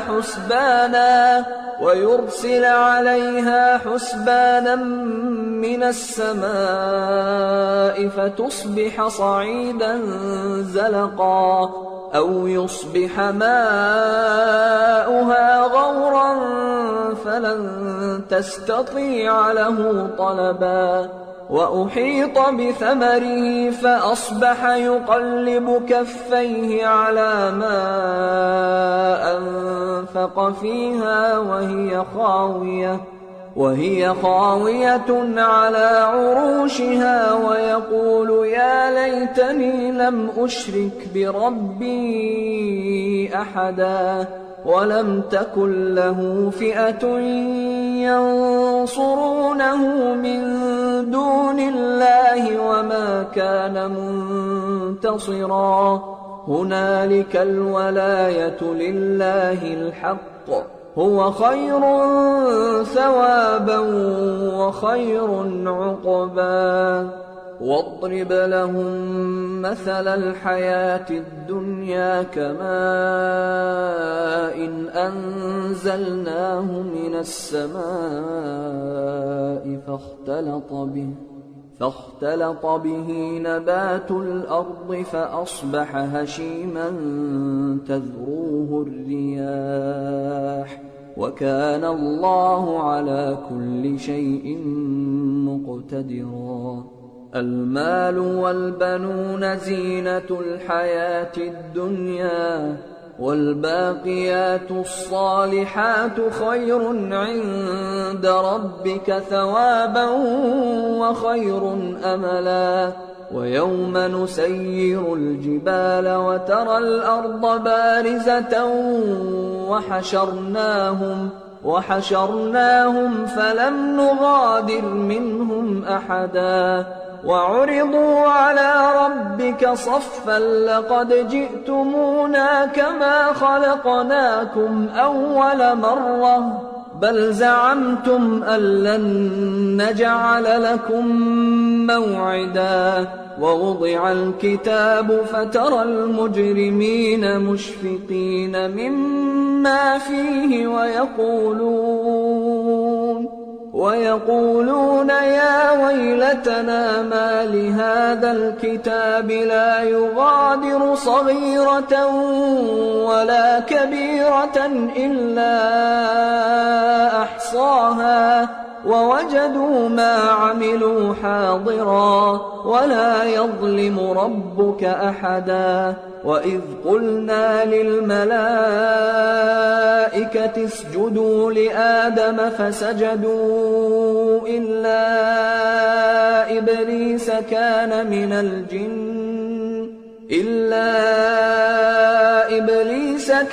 من الجن ففسق عن أمر ربه أفتتخذونه وذريته أولياء من دوني وهم لكم عدو بئس للظالمين بدلا ما أشهدتهم خلق السماوات والأرض ولا خلق أنفسهم وما كنت متخذ المضلين عضدا ويوم يقول نادوا شركائي الذين زعمتم فدعوهم فلم يستجيبوا لهم وجعلنا بينهم موبقا ورأى المجرمون النار فظنوا أنهم مواقعوها ولم يجدوا عنها مصرفا ولقد صرفنا في هذا القرآن للناس من كل مثل وكان الإنسان أكثر شيء جدلا وما منع الناس أن يؤمنوا إذ جاءهم الهدى ويستغفروا ربهم إلا أن تأتيهم سنة الأولين أو يأتيهم العذاب قبلا وما نرسل المرسلين إلا مبشرين ومنذرين ويجادل الذين كفروا بالباطل ليدحضوا به الحق واتخذوا آياتي وما أنذروا هزوا ومن أظلم ممن ذكر بآيات ربه فأعرض عنها ونسي ما قدمت يداه إنا جعلنا على قلوبهم أكنة أن يفقهوه وفي آذانهم وقرا وإن تدعهم إلى الهدى فلن يهتدوا إذا أبدا وربك الغفور ذو الرحمة لو يؤاخذهم بما كسبوا لعجل لهم العذاب بل لهم موعد لن يجدوا من دونه موئلا وتلك القرى أهلكناهم لما ظلموا وجعلنا لمهلكهم موعدا وإذ قال موسى لفتاه لا أبرح حتى أبلغ مجمع البحرين أو أمضي حقبا فلما بلغا مجمع بينهما نسيا حوتهما فاتخذ سبيله في البحر سربا فلما جاوزا قال لفتاه آتنا غداءنا لقد لقينا من سفرنا هذا نصبا قال أرأيت إذ أوينا إلى الصخرة فإني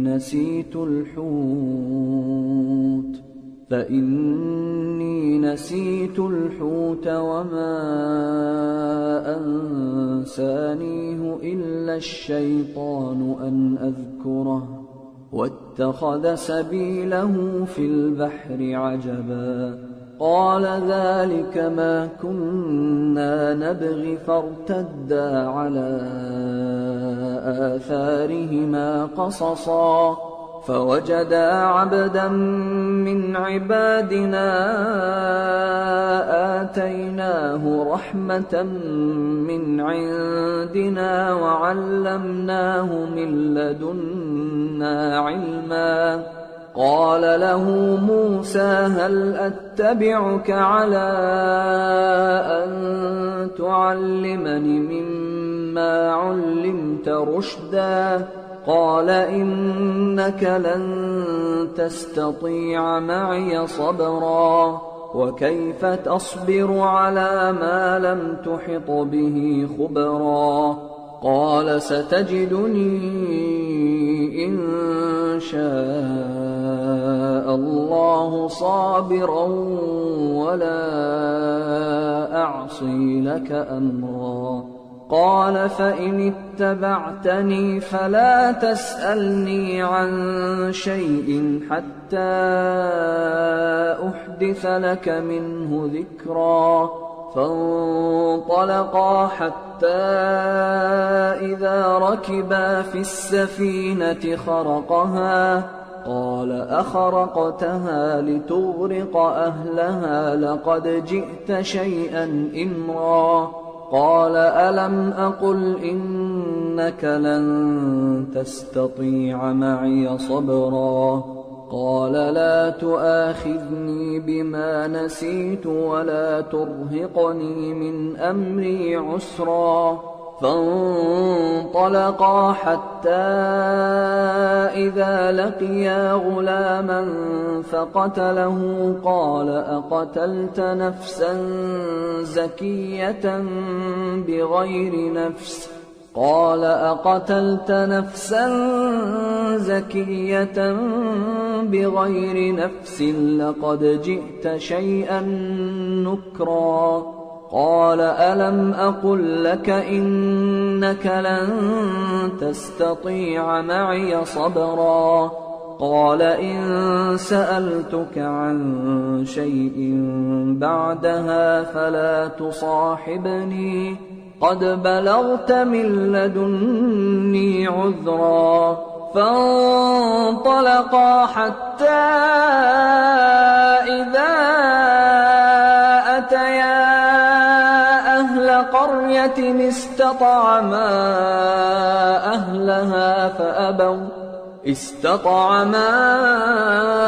أهلها فأبوا أن يضيفوهما فوجدا فيها جدارا يريد أن ينقض فأقامه قال لو شئت لاتخذت عليه أجرا قال هذا فراق بيني وبينك سأنبئك بتأويل ما لم تستطع عليه صبرا أما السفينة فكانت لمساكين يعملون في البحر فأردت أن أعيبها وكان وراءهم ملك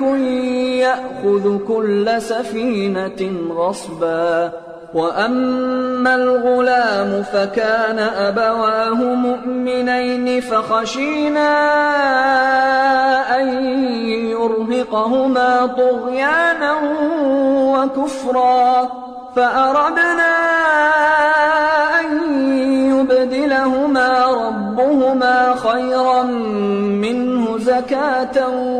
وأقرب رحما وأما الجدار فكان لغلامين يتيمين في المدينة وكان تحته كنز لهما وكان تحته كنز لهما وكان أبوهما صالحا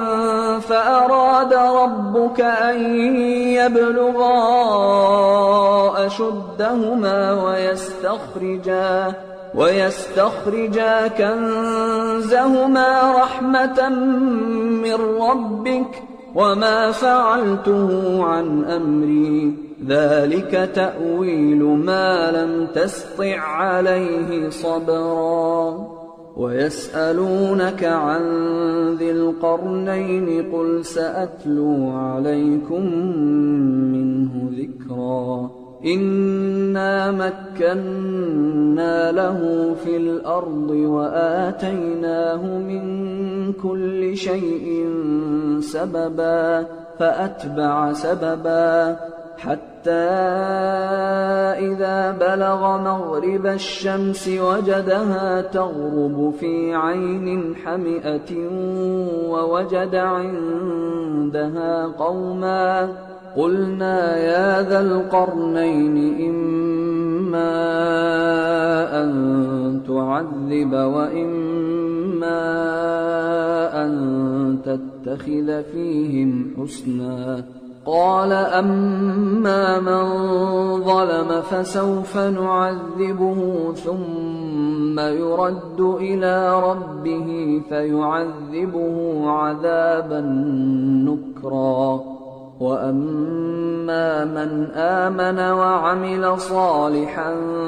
فله جزاء الحسنى وسنقول له من أمرنا يسرا ثم أتبع سببا حتى إذا بلغ مطلع الشمس وجدها تطلع على قوم لم نجعل لهم من دونها سترا كذلك وقد أحطنا بما لديه خبرا ثم أتبع سببا حتى إذا بلغ بين السدين وجد من دونهما قوما لا يكادون يفقهون قولا قالوا يا ذا القرنين إن يأجوج ومأجوج مفسدون في الأرض فهل نجعل لك خرجا على أن تجعل بيننا وبينهم سدا قال ما مكني فيه ربي خير فأعينوني بقوة أجعل بينكم وبينهم ردما آتوني زبر الحديد حتى إذا ساوى بين الصدفين قال انفخوا حتى إذا جعله نارا قال آتوني أفرغ عليه قطرا فما استطاعوا أن يظهروه وما استطاعوا له نقبا قال هذا رحمة من ربي فإذا جاء وعد ربي جعله دكا وكان وعد ربي حقا وتركنا بعضهم يومئذ يموج في بعض ونفخ في الصور فجمعناهم جمعا وعرضنا جهنم يومئذ للكافرين عرضا الذين كانت أعينهم في غطاء عن ذكري وكانوا لا يستطيعون سمعا أفحسب الذين كفروا أن يتخذوا عبادي من دوني أولياء إنا أعتدنا جهنم للكافرين نزلا نزلا قل هل ننبئكم بالأخسرين أعمالا الذين ضل سعيهم في الحياة الدنيا وهم يحسبون أنهم يحسنون صنعا أولئك الذين كفروا بآيات ربهم ولقائه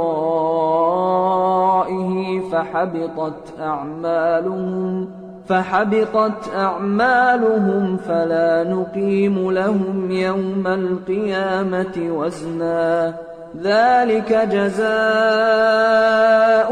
جهنم بما كفروا واتخذوا آياتي ورسلي هزوا إن الذين آمنوا وعملوا الصالحات كانت لهم جنات الفردوس نزلا خالدين فيها لا يبغون عنها حولا قل لو كان البحر مدادا لكلمات ربي لنفد البحر قبل أن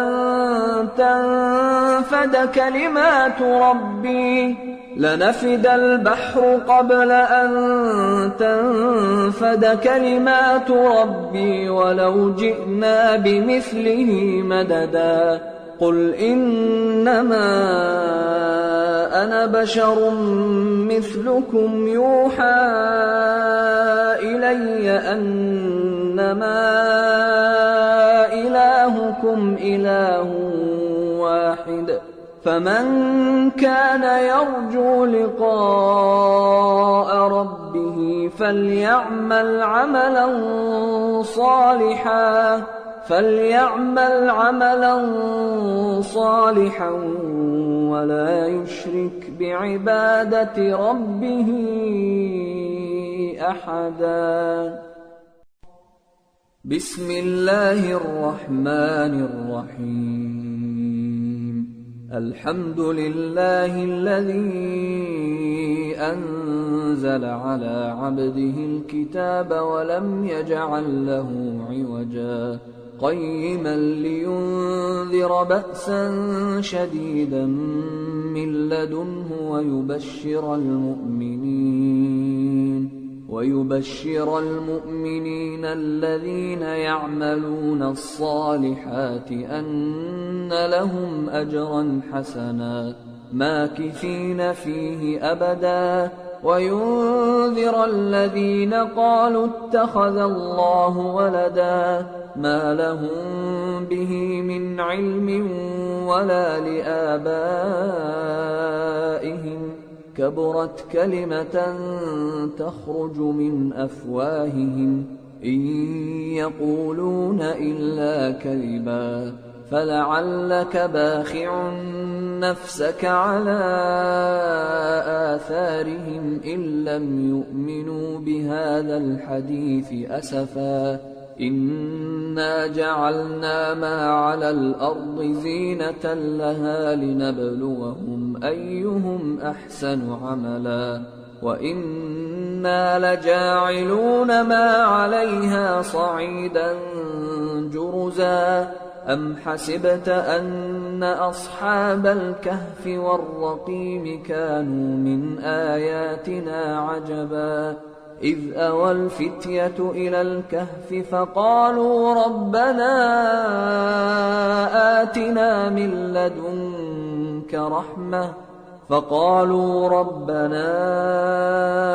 آتنا من لدنك رحمة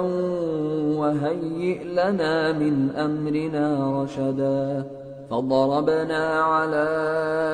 آذانهم في الكهف سنين عددا ثم بعثناهم لنعلم أي الحزبين أحصى لما لبثوا أمدا نحن نقص عليك نبأهم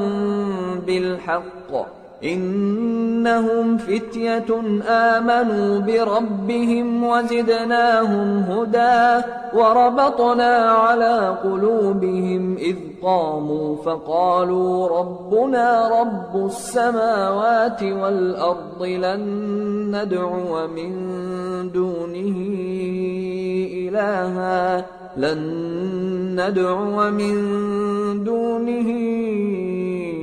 إلها لقد قلنا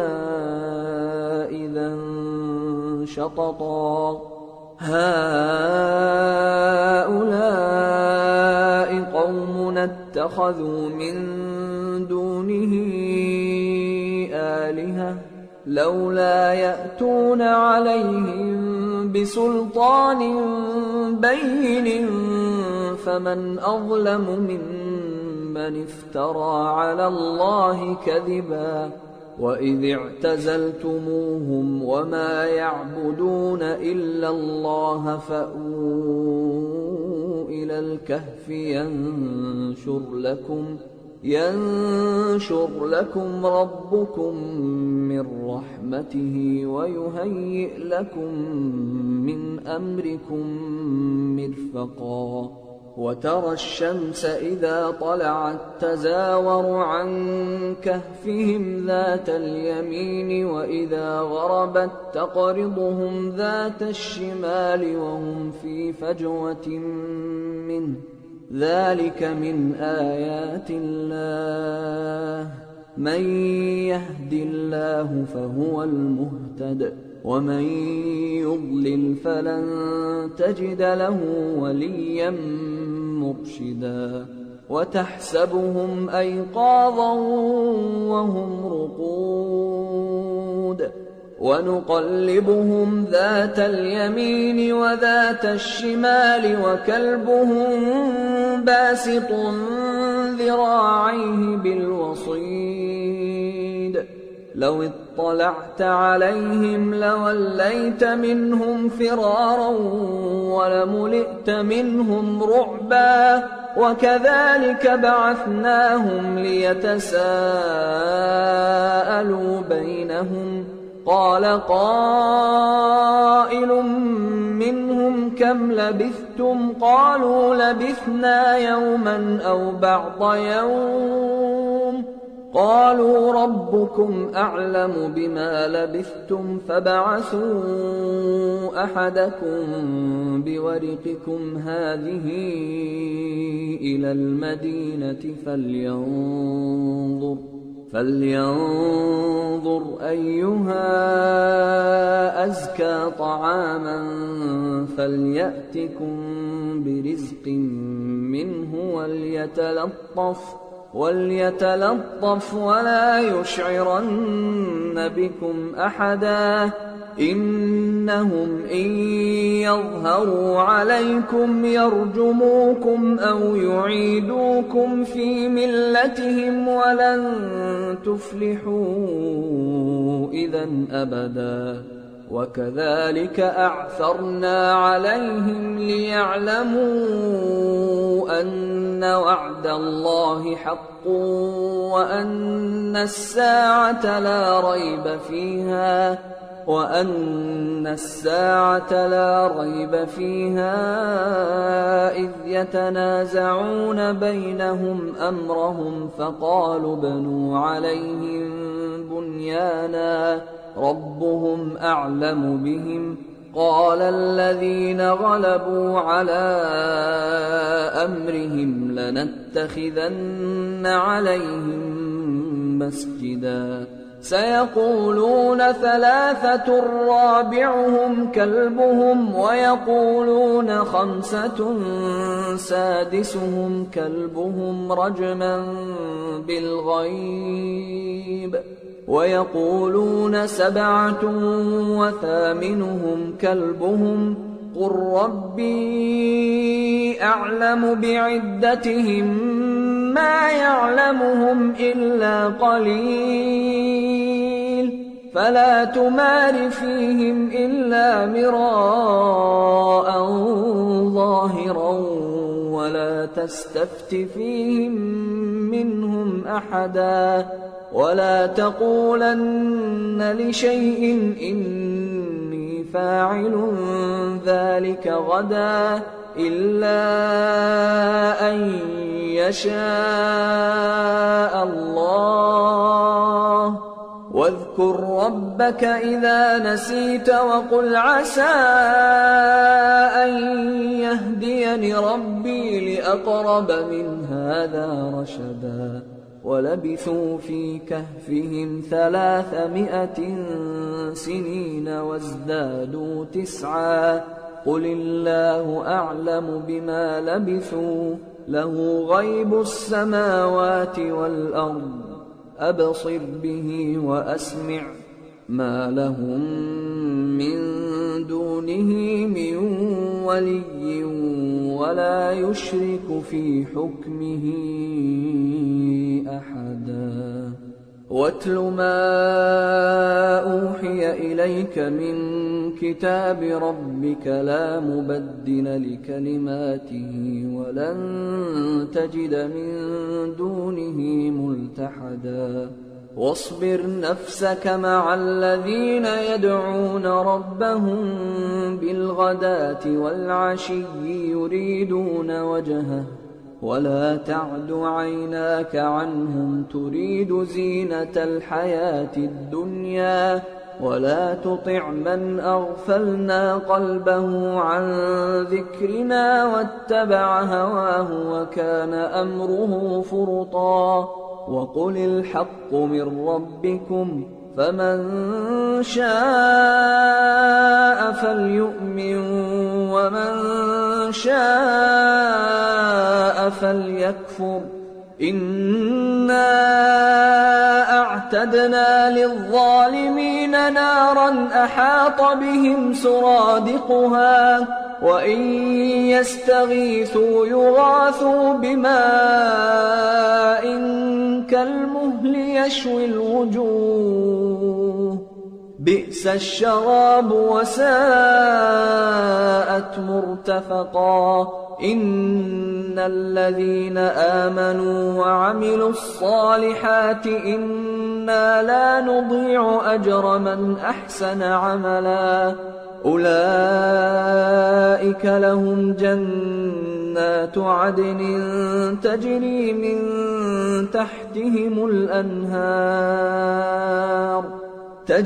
من تحتهم الأنهار يحلون فيها من أساور من ذهب ويلبسون ثيابا خضرا من سندس وإستبرق متكئين فيها على الأرائك نعم الثواب وحسنت مرتفقا واضرب لهم مثل الرجلين جعلنا لأحدهما جنتين من أعناب وحففناهما بنخل وجعلنا بينهما زرعا كلتا الجنتين آتت أكلها ولم تظلم منه شيئا وفجرنا خلالهما نهرا وكان له ثمر فقال لصاحبه وهو يحاوره أنا أكثر منك مالا وأعز نفرا ودخل جنته وهو ظالم لنفسه قال ما أظن أن تبيد هذه أبدا وما أظن الساعة قائمة ولئن رددت إلى ربي لأجدن خيرا منها منقلبا قال له صاحبه وهو يحاوره أكفرت بالذي خلقك أكفرت بالذي خلقك من تراب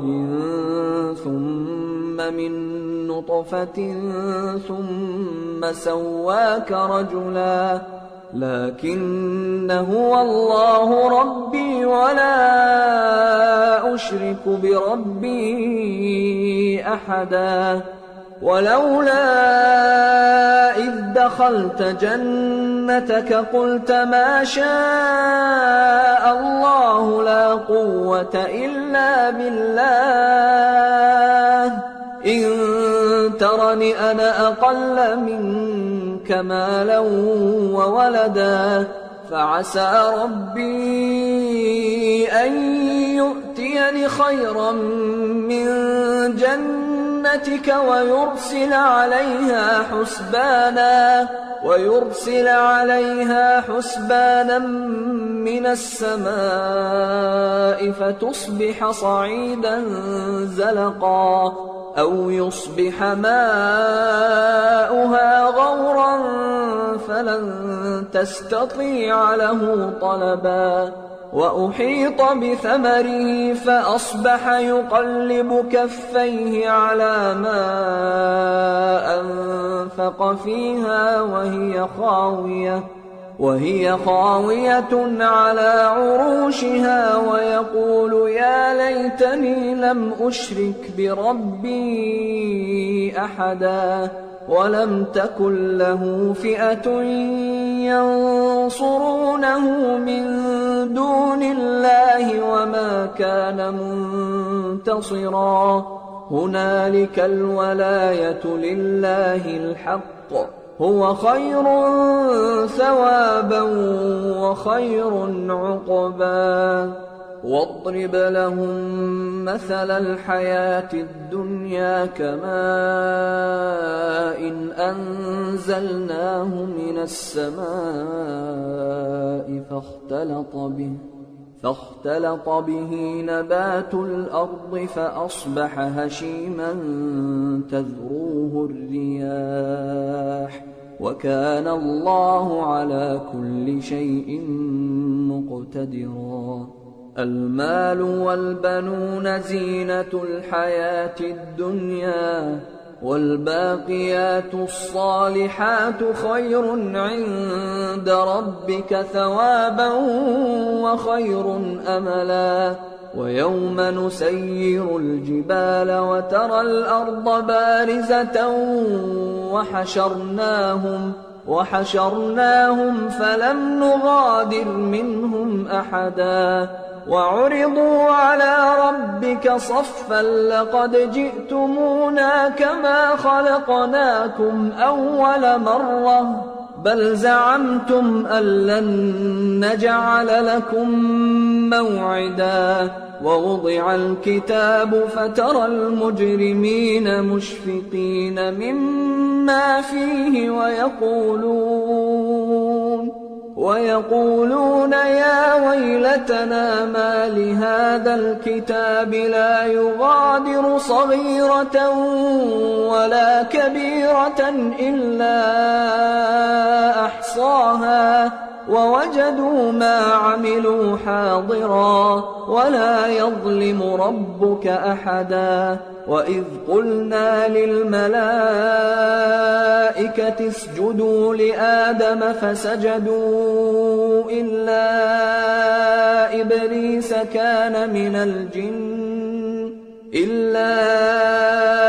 إبليس كان من الجن ففسق عن أمر ربه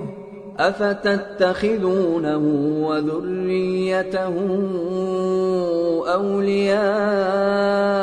من دوني وهم لكم عدو بئس للظالمين بدلا ما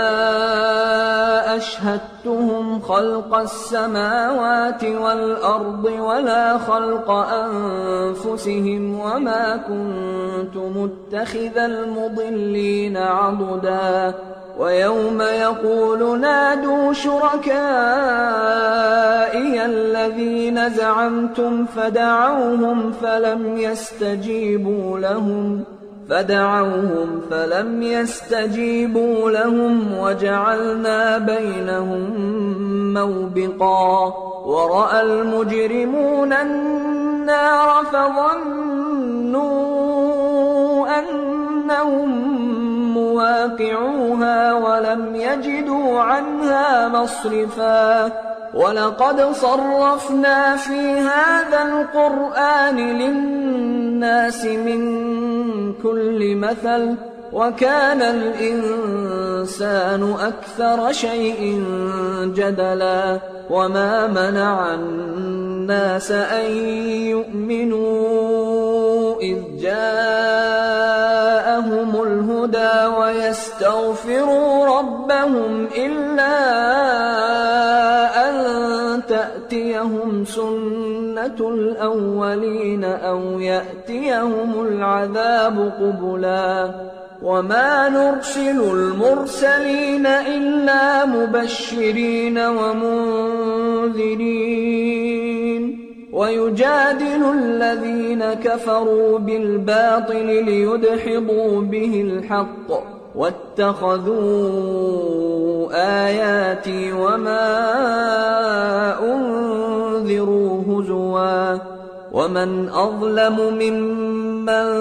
ذكر بآيات ربه فأعرض عنها ونسي ما قدمت يداه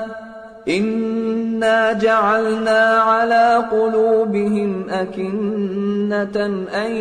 يفقهوه وفي آذانهم وقرا وإن تدعهم إلى الهدى فلن يهتدوا إذا أبدا وربك الغفور ذو الرحمة لو يؤاخذهم بما كسبوا لعجل لهم العذاب بل لهم موعد لن يجدوا من دونه موئلا وتلك القرى أهلكناهم لما ظلموا وجعلنا لمهلكهم موعدا وإذ قال موسى لفتاه لا أبرح حتى أبلغ مجمع البحرين أو أمضي حقبا فلما بلغا مجمع بينهما نسيا حوتهما فاتخذ سبيله في البحر سربا فلما جاوزا قال لفتاه آتنا غداءنا لقد لقينا من سفرنا هذا نصبا قال أرأيت إذ أوينا إلى الصخرة فإني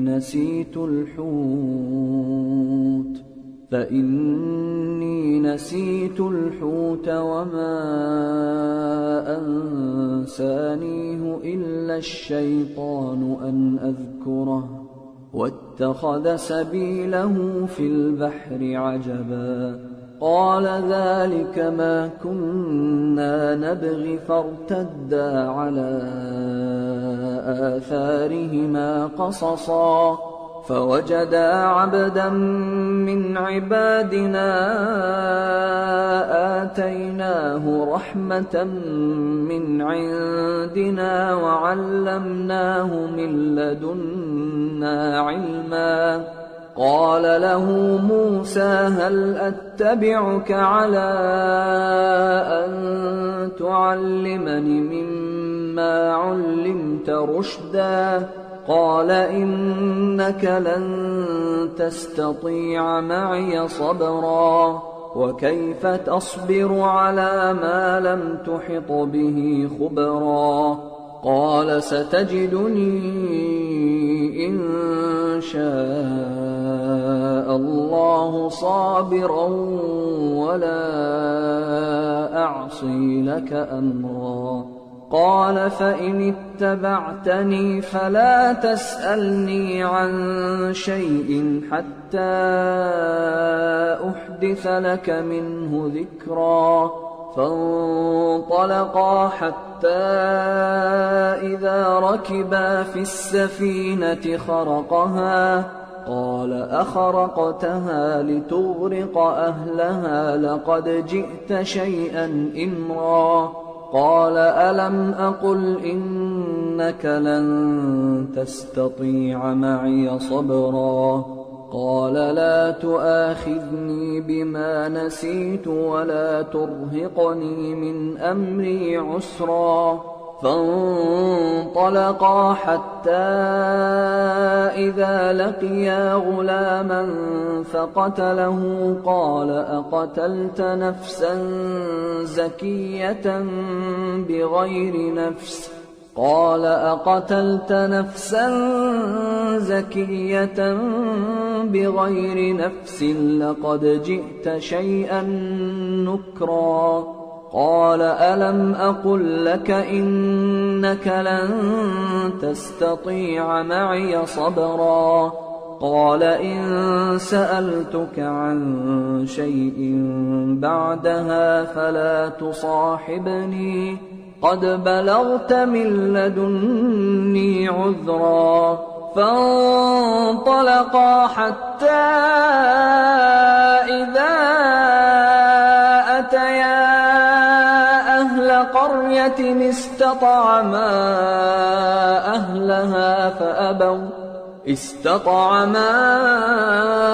أهلها فأبوا أن يضيفوهما فوجدا فيها جدارا يريد أن ينقض فأقامه قال لو شئت لاتخذت عليه أجرا قال هذا فراق بيني وبينك سأنبئك بتأويل ما لم تستطع عليه صبرا أما السفينة فكانت لمساكين يعملون في البحر فأردت أن أعيبها وكان وراءهم ملك يأخذ كل سفينة غصبا وأما الغلام فكان أبواه مؤمنين فخشينا أن يرهقهما طغيانا وكفرا فأردنا أن يبدلهما ربهما خيرا منه زكاة وأقرب رحما وأما الجدار فكان لغلامين يتيمين في المدينة وكان تحته كنز لهما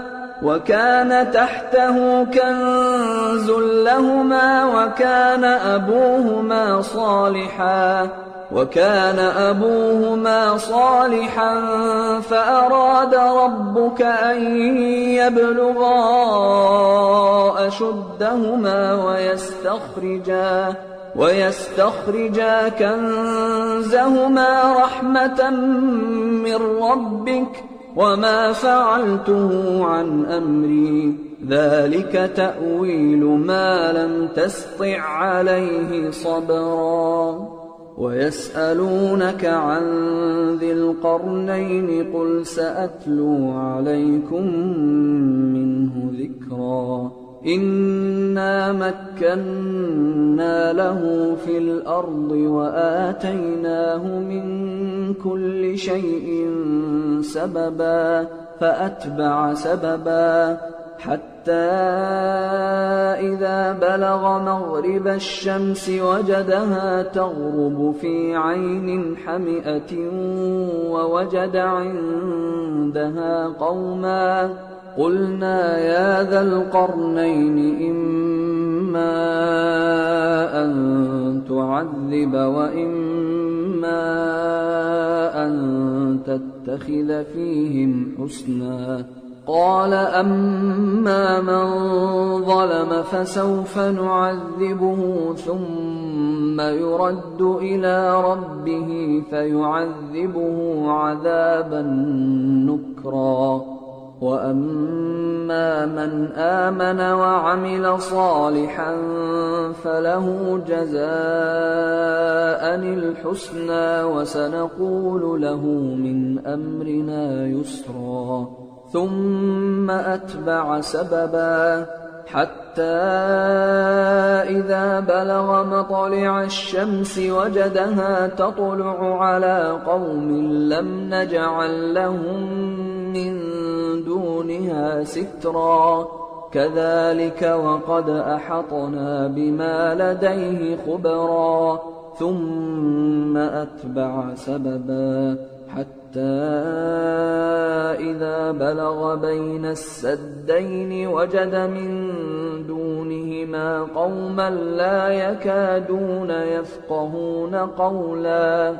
قالوا يا ذا القرنين إن يأجوج ومأجوج مفسدون في الأرض فهل نجعل لك خرجا على أن تجعل بيننا وبينهم سدا قال ما مكني فيه ربي خير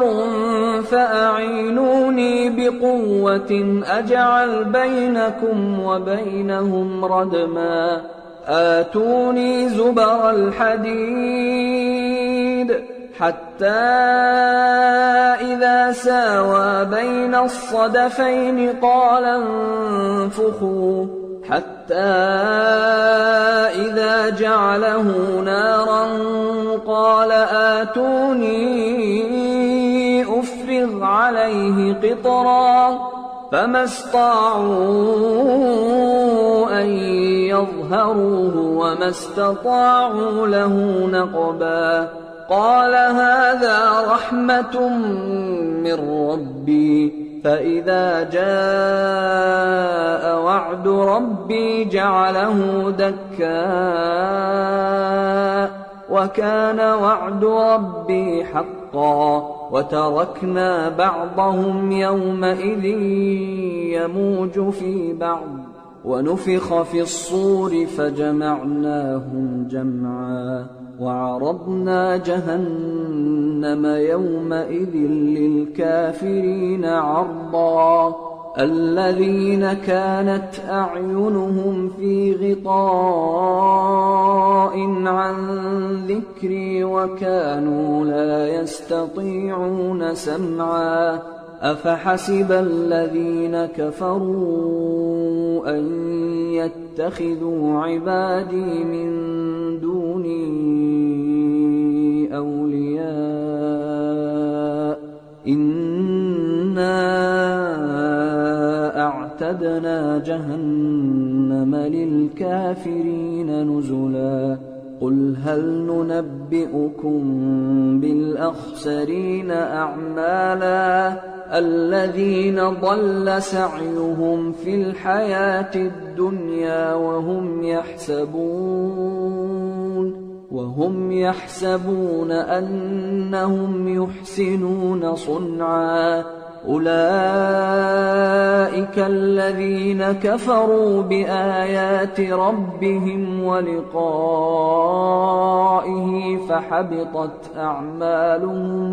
فحبطت أعمالهم فلا نقيم لهم يوم القيامة وزنا ذلك جزاؤهم جهنم بما كفروا واتخذوا آياتي ورسلي هزوا إن الذين آمنوا وعملوا الصالحات كانت لهم جنات الفردوس نزلا خالدين فيها لا يبغون عنها حولا قل لو كان البحر مدادا لكلمات ربي لنفد البحر قبل أن تنفد كلمات ربي لنفد البحر قبل أن تنفد كلمات ربي ولو جئنا بمثله مددا قل إنما أنا بشر مثلكم يوحى إلي أنما إلهكم إله واحد فمن كان يرجو لقاء ربه فليعمل عملا صالحا ولا يشرك بعبادة ربه أحدا. بسم الله الرحمن الرحيم. الحمد لله الذي أنزل على عبده الكتاب ولم يجعل له عوجا قيما لينذر بأسا شديدا من لدنه ويبشر المؤمنين الذين يعملون الصالحات أن لهم أجرا حسنا ماكثين فيه أبدا وينذر الذين قالوا اتخذ الله ولدا ما لهم به من علم ولا لآبائهم كبرت كلمة تخرج من أفواههم إن يقولون إلا كذبا فلعلك باخع نفسك على آثارهم إن لم يؤمنوا بهذا الحديث أسفا إنا جعلنا ما على الأرض زينة لها لنبلوهم أيهم أحسن عملا وإنا لجاعلون ما عليها صعيدا جرزا أم حسبت أن أصحاب الكهف والرقيم كانوا من آياتنا عجبا إذ أوى الفتية إلى الكهف فقالوا ربنا آتنا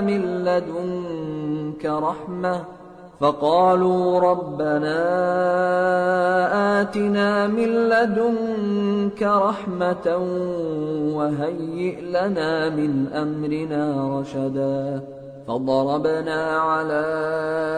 آذانهم في الكهف سنين عددا ثم بعثناهم لنعلم أي الحزبين أحصى لما لبثوا أمدا نحن نقص عليك نبأهم بالحق إنهم فتية آمنوا بربهم وزدناهم هدى وربطنا على قلوبهم إذ قاموا فقالوا ربنا رب السماوات والأرض لن ندعو من دونه إلها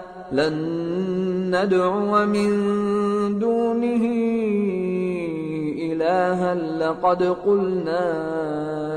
إذا شططا هؤلاء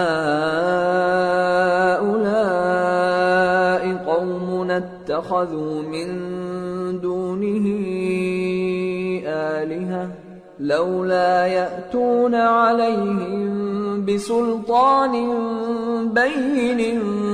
فمن أظلم ممن افترى على الله كذبا وإذ اعتزلتموهم وما يعبدون إلا الله فأووا إلى الكهف ينشر لكم ربكم من رحمته ويهيئ لكم من أمركم مرفقا وترى الشمس إذا طلعت تزاور عن كهفهم ذات اليمين وإذا غربت تقرضهم ذات الشمال وهم في فجوة منه ذلك من آيات الله، من يهد الله فهو المهتد، ومن يضلل فلن تجد له وليا مرشدا. وتحسبهم أيقاظا وهم رقود ونقلبهم ذات اليمين وذات الشمال وكلبهم باسط ذراعيه بالوصيد لو اطلعت عليهم لوليت منهم فرارا ولملئت منهم رعبا. وكذلك بعثناهم ليتساءلوا بينهم قال قائل منهم كم لبثتم قالوا لبثنا يوما أو بعض يوم قالوا ربكم أعلم بما لبثتم فابعثوا أحدكم بورقكم هذه إلى المدينة فلينظر أيها أزكى طعاما فليأتكم برزق منه وليتلطف ولا يشعرن بكم أحدا إنهم إن يظهروا عليكم يرجموكم أو يعيدوكم في ملتهم ولن تفلحوا إذا أبدا. وكذلك أعثرنا عليهم ليعلموا أن وعد الله حق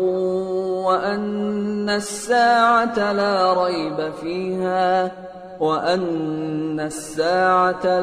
ريب فيها إذ يتنازعون بينهم أمرهم فقالوا ابنوا عليهم بنيانا ربهم أعلم بهم قال الذين غلبوا على أمرهم لنتخذن عليهم مسجدا. سيقولون ثلاثة رابعهم كلبهم ويقولون خمسة سادسهم كلبهم رجما بالغيب ويقولون سبعة وثامنهم كلبهم قل ربي أعلم بعدتهم ما يعلمهم إلا قليل فلا تمار فيهم إلا مراء ظاهرا ولا تستفت فيهم منهم أحدا ولا تقولن لشيء إني فاعل ذلك غدا إلا أن يشاء الله واذكر ربك إذا نسيت وقل عسى أن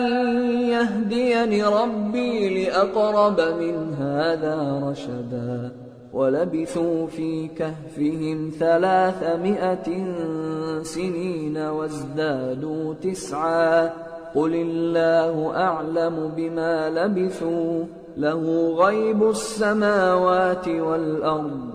أبصر به وأسمع ما لهم من دونه من ولي ولا يشرك في حكمه أحدا. واتل ما أوحي إليك من كتاب ربك لا مبدل لكلماته ولن تجد من دونه ملتحدا. واصبر نفسك مع الذين يدعون ربهم بالغداة والعشي يريدون وجهه ولا تعد عيناك عنهم تريد زينة الحياة الدنيا ولا تطع من أغفلنا قلبه عن ذكرنا واتبع هواه وكان أمره فرطا وقل الحق من ربكم فمن شاء فليؤمن ومن شاء فليكفر إنا أعتدنا للظالمين نارا أحاط بهم سرادقها وإن يستغيثوا يغاثوا بماء كالمهل يشوي الوجوه بئس الشراب وساءت مرتفقا إن الذين آمنوا وعملوا الصالحات إنا لا نضيع أجر من أحسن عملا أولئك لهم جنات عدن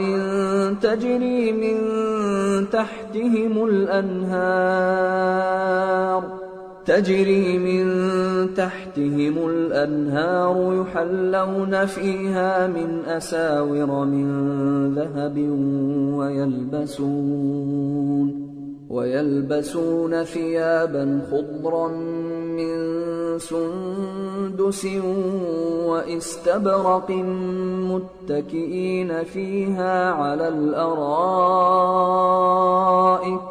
نعم الثواب وحسنت مرتفقا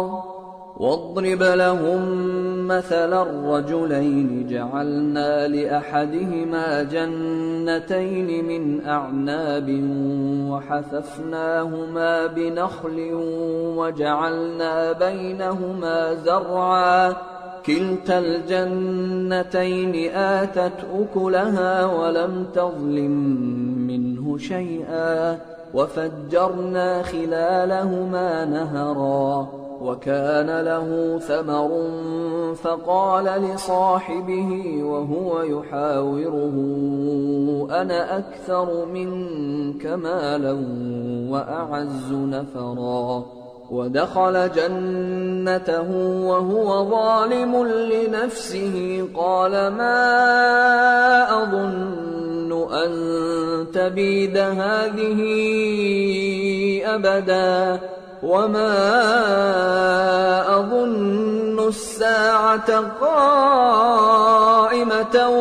ولئن رددت إلى ربي لأجدن خيرا منها منقلبا قال له صاحبه وهو يحاوره أكفرت بالذي خلقك من تراب ثم من نطفة ثم سواك رجلا لكن هو الله ربي ولا أشرك بربي أحدا ولولا إذ دخلت جنتك قلت ما شاء الله لا قوة إلا بالله إن ترني أنا أقل منك مالا وولدا فعسى ربي أن يؤتيني خيرا من جنتك ويرسل عليها حسبانا من السماء فتصبح صعيدا زلقا أو يصبح ماؤها غورا فلن تستطيع له طلبا وأحيط بثمره فأصبح يقلب كفيه على ما أنفق فيها وهي خاوية على عروشها ويقول يا ليتني لم أشرك بربي أحدا ولم تكن له فئة ينصرونه من دون الله وما كان منتصرا منتصرا هنالك الولاية لله الحق هو خير ثوابا وخير عقبا واضرب لهم مثل الحياة الدنيا كماء أنزلناه من السماء فاختلط به نبات الأرض فأصبح هشيما تذروه الرياح وكان الله على كل شيء مقتدرا المال والبنون زينة الحياة الدنيا والباقيات الصالحات خير عند ربك ثوابا وخير أملا ويوم نسير الجبال وترى الأرض بارزة وحشرناهم فلم نغادر منهم أحدا وعرضوا على ربك صفا لقد جئتمونا كما خلقناكم أول مرة بل زعمتم أن لن نجعل لكم موعدا ووضع الكتاب فترى المجرمين مشفقين مما فيه ويقولون يا ويلتنا ما لهذا الكتاب لا يغادر صغيرة ولا كبيرة إلا أحصاها ووجدوا ما عملوا حاضرا ولا يظلم ربك أحدا وإذ قلنا للملائكة اسجدوا لآدم فسجدوا إلا إبليس كان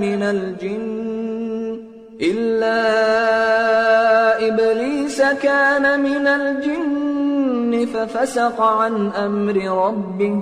أفتتخذونه وذريته أولياء من دوني وهم لكم عدو بئس للظالمين بدلا ما أشهدتهم خلق السماوات والأرض ولا خلق أنفسهم وما كنت متخذ المضلين عضدا ويوم يقول نادوا شركائي الذين زعمتم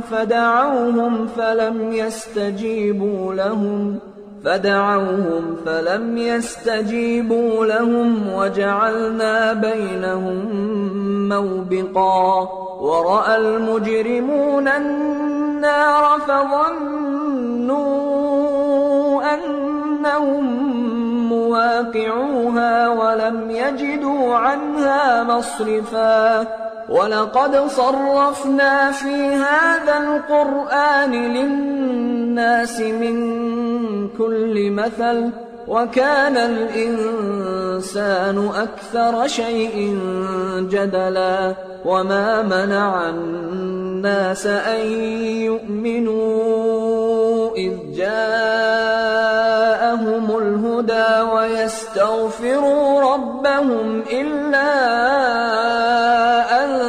تأتيهم سنة الأولين أو يأتيهم العذاب قبلا وما نرسل المرسلين إلا مبشرين ومنذرين ويجادل الذين كفروا بالباطل ليدحضوا به الحق واتخذوا آياتي وما أنذروا هزوا ومن أظلم ممن ذكر بآيات ربه فأعرض عنها ونسي ما قدمت يداه إنا جعلنا على قلوبهم أكنة أن يفقهوه وفي آذانهم وقرا وإن تدعهم إلى الهدى فلن يهتدوا إذا أبدا وربك الغفور ذو الرحمة لو يؤاخذهم بما كسبوا لعجل لهم العذاب بل لهم موعد لن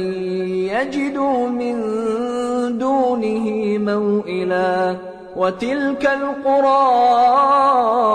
أهلكناهم لما ظلموا وجعلنا لمهلكهم موعدا وإذ قال موسى لفتاه لا أبرح حتى أبلغ مجمع البحرين أو أمضي حقبا فلما بلغا مجمع بينهما نسيا حوتهما فاتخذ سبيله في البحر سربا فلما جاوزا قال لفتاه آتنا غداءنا لقد لقينا من سفرنا هذا نصبا قال أرأيت إذ أوينا إلى الصخرة فإني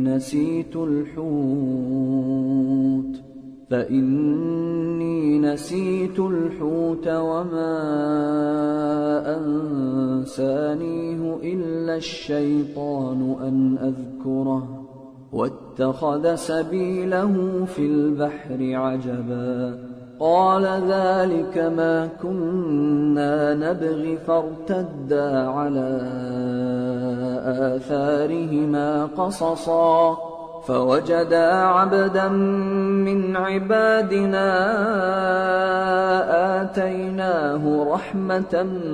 من عندنا وعلمناه من لدنا علما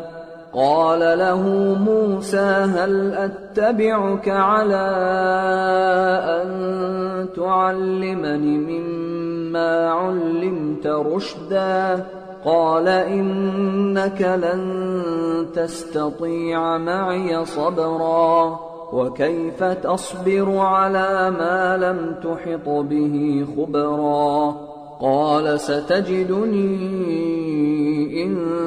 شاء الله صابرا ولا أعصي لك أمرا قال فإن اتبعتني فلا تسألني عن شيء حتى أحدث لك منه ذكرا فانطلقا حتى إذا ركبا في السفينة خرقها قال أخرقتها لتغرق أهلها لقد جئت شيئا إمرا قال ألم أقل إنك لن تستطيع معي صبرا قال لا تؤاخذني بما نسيت ولا ترهقني من أمري عسرا فانطلقا حتى إذا لقيا غلاما فقتله قال أقتلت نفسا زكية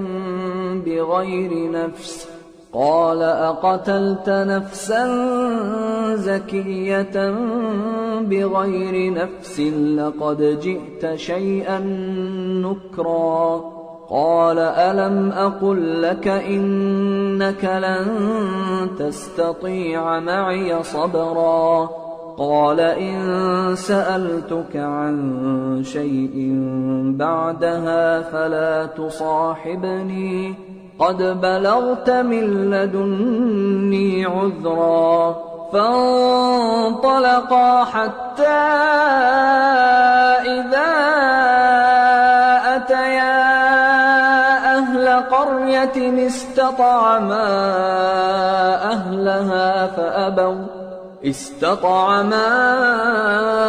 أهلها فأبوا أن يضيفوهما فوجدا فيها جدارا يريد أن انقض فأقامه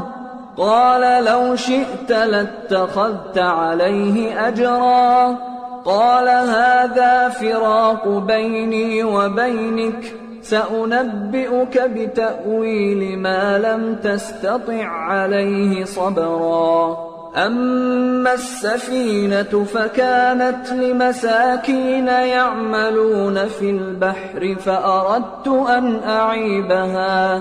فأردت أن أعيبها وكان وراءهم ملك يأخذ كل سفينة غصبا وأما الغلام فكان أبواه مؤمنين فخشينا أن يرهقهما طغيانا وكفرا فأردنا أن يبدلهما ربهما خيرا منه زكاة وأقرب رحما وأما الجدار فكان لغلامين يتيمين في المدينة وكان تحته كنز لهما وكان أبوهما صالحا فأراد ربك أن يبلغا أشدهما ويستخرجا كنزهما رحمة من ربك وما فعلته عن أمري ذلك تأويل ما لم تسطع عليه صبرا ويسألونك عن ذي القرنين قل سأتلو عليكم منه ذكرا إنا مكنا له في الأرض وآتيناه من كل شيء سببا فأتبع سببا حتى إذا بلغ مغرب الشمس وجدها تغرب في عين حمئة ووجد عندها قوما قلنا يا ذا القرنين إما أن تعذب وإما أن تتخذ فيهم حسنا قال أما من ظلم فسوف نعذبه ثم يرد إلى ربه فيعذبه عذابا نكرا وأما من آمن وعمل صالحا فله جزاء الحسنى وسنقول له من أمرنا يسرا ثم أتبع سببا حتى إذا بلغ مطلع الشمس وجدها تطلع على قوم لم نجعل لهم من دونها سترا كذلك وقد أحطنا بما لديه خبرا ثم أتبع سببا حتى إذا بلغ بين السدين وجد من دونهما قوما لا يكادون يفقهون قولا قالوا يا ذا القرنين إن يأجوج ومأجوج مفسدون في الأرض فهل نجعل لك خرجا على أن تجعل بيننا وبينهم سدا قال ما مكني فيه ربي خير فأعينوني بقوة أجعل بينكم وبينهم ردما آتوني زبر الحديد حتى إذا ساوى بين الصدفين قال انفخوا حتى إذا جعله نارا قال آتوني أفرغ عليه قطرا فما استطاعوا أن يظهروه وما استطاعوا له نقبا قال هذا رحمة من ربي فإذا جاء وعد ربي جعله دكا وكان وعد ربي حقا وتركنا بعضهم يومئذ يموج في بعض ونفخ في الصور فجمعناهم جمعا وعرضنا جهنم يومئذ للكافرين عرضا الذين كانت أعينهم في غطاء عن ذكري وكانوا لا يستطيعون سمعا أفحسب الذين كفروا أن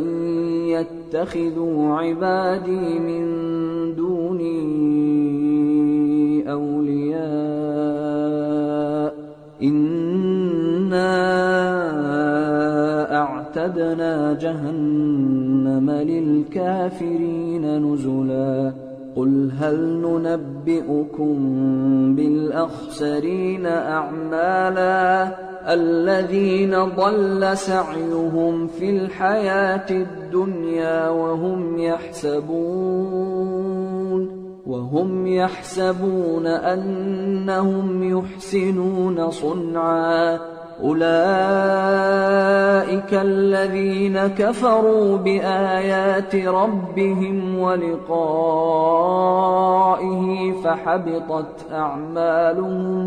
فحبطت أعمالهم فلا نقيم لهم يوم القيامة وزنا ذلك جزاؤهم جهنم بما كفروا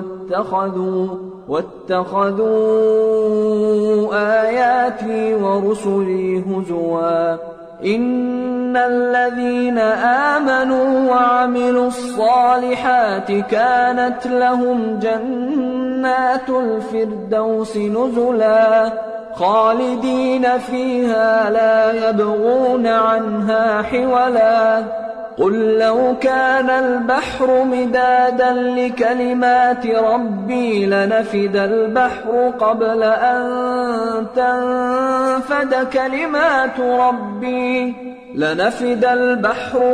أن تنفد كلمات ربي ولو جئنا بمثله مددا قل إنما أنا بشر مثلكم يوحى إلي أنما إلهكم إله واحد فمن كان يرجو لقاء ربه فليعمل عملا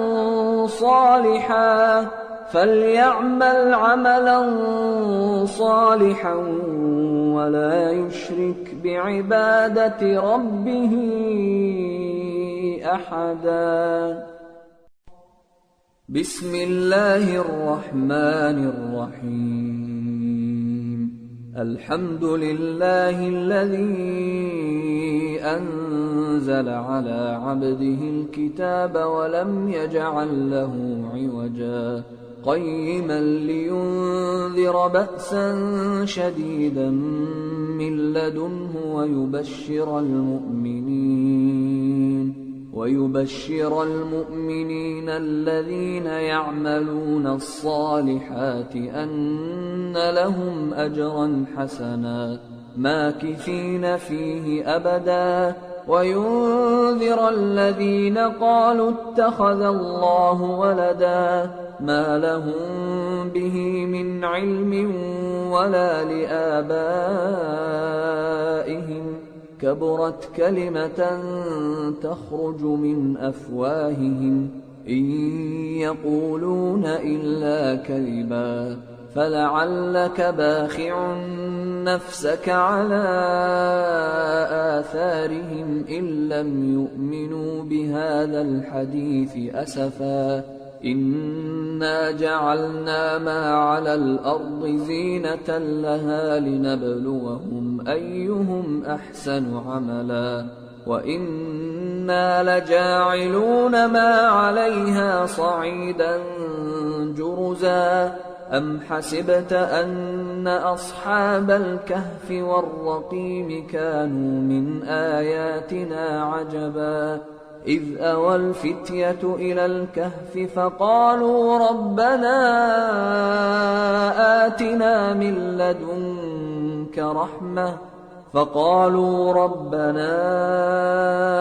آتنا من لدنك رحمة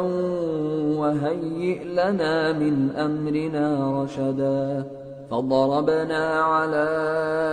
آذانهم في الكهف سنين عددا ثم بعثناهم لنعلم أي الحزبين أحصى لما لبثوا أمدا نحن نقص عليك نبأهم بالحق إنهم فتية آمنوا بربهم وزدناهم هدى وربطنا على قلوبهم إذ قاموا فقالوا ربنا رب السماوات والأرض لن ندعو من دونه إلها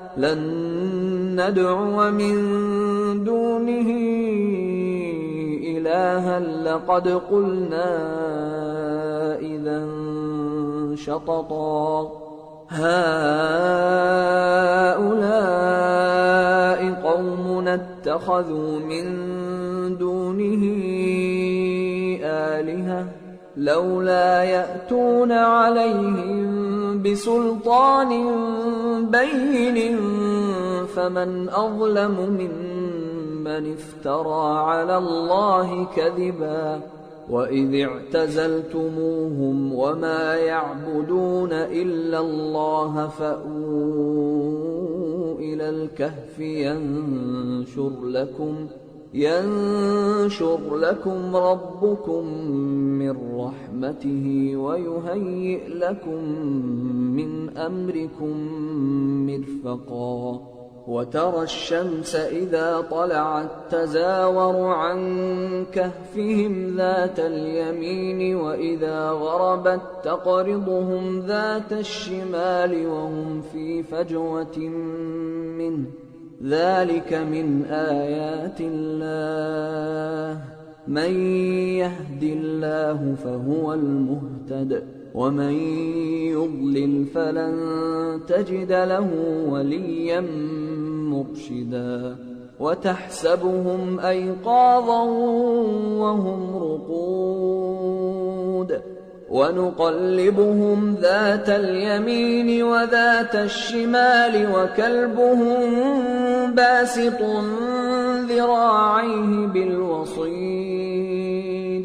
لو اطلعت عليهم لوليت منهم فرارا ولملئت منهم رعبا وكذلك بعثناهم ليتساءلوا بينهم قال قائل منهم كم لبثتم قالوا لبثنا يوما أو بعض يوم قالوا ربكم أعلم بما لبثتم فابعثوا أحدكم بورقكم هذه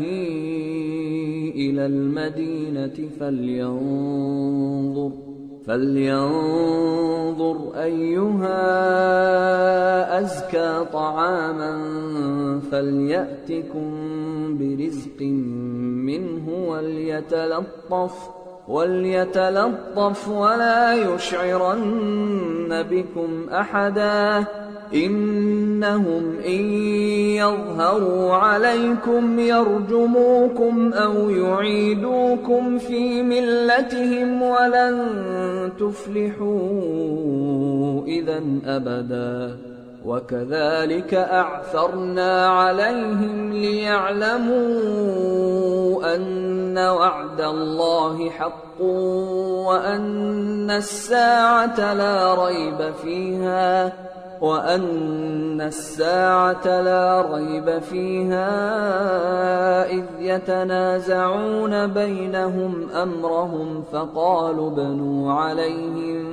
بنيانا ربهم أعلم بهم قال الذين غلبوا على أمرهم لنتخذن عليهم مسجدا سيقولون ثلاثة رابعهم كلبهم ويقولون خمسة سادسهم كلبهم رجما بالغيب ويقولون سبعة وثامنهم كلبهم قل ربي أعلم بعدتهم ما يعلمهم إلا قليل فلا تمار فيهم إلا مراء ظاهرا ولا تستفت فيهم منهم أحدا ولا تقولن لشيء إني فاعل ذلك غدا إلا أن يشاء الله واذكر ربك إذا نسيت وقل عسى أن يهديني ربي لأقرب من هذا رشدا ولبثوا في كهفهم 300 سنين وازدادوا 9 قل الله أعلم بما لبثوا له غيب السماوات والأرض أبصر به وأسمع ما لهم من دونه من ولي ولا يشرك في حكمه أحدا واتل ما أوحي إليك من كتاب ربك لا مبدل لكلماته ولن تجد من دونه ملتحدا واصبر نفسك مع الذين يدعون ربهم بالغداة والعشي يريدون وجهه ولا تعد عيناك عنهم تريد زينة الحياة الدنيا ولا تطع من أغفلنا قلبه عن ذكرنا واتبع هواه وكان أمره فرطا وقل الحق من ربكم فمن شاء فليؤمن ومن شاء فليكفر إنا أعتدنا للظالمين نارا أحاط بهم سرادقها وإن يستغيثوا يغاثوا بماء كالمهل يشوي الوجوه بئس الشراب وساءت مرتفقا إن الذين آمنوا وعملوا الصالحات إنا لا نضيع أجر من أحسن عملا أولئك لهم جنات عدن تجري من تحتهم الأنهار يحلون فيها من أساور من ذهب ويلبسون ثيابا خضرا من سندس واستبرق متكئين فيها على الأرائك نعم الثواب وحسنت مرتفقا واضرب لهم مثلا الرجلين جعلنا لأحدهما جنتين من أعناب وحففناهما بنخل وجعلنا بينهما زرعا كلتا الجنتين آتت أكلها ولم تظلم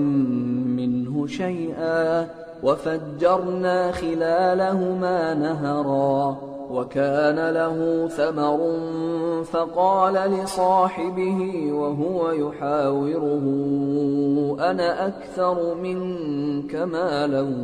وأعز نفرا ودخل جنته وهو ظالم لنفسه قال ما أظن أن تبيد هذه أبدا وما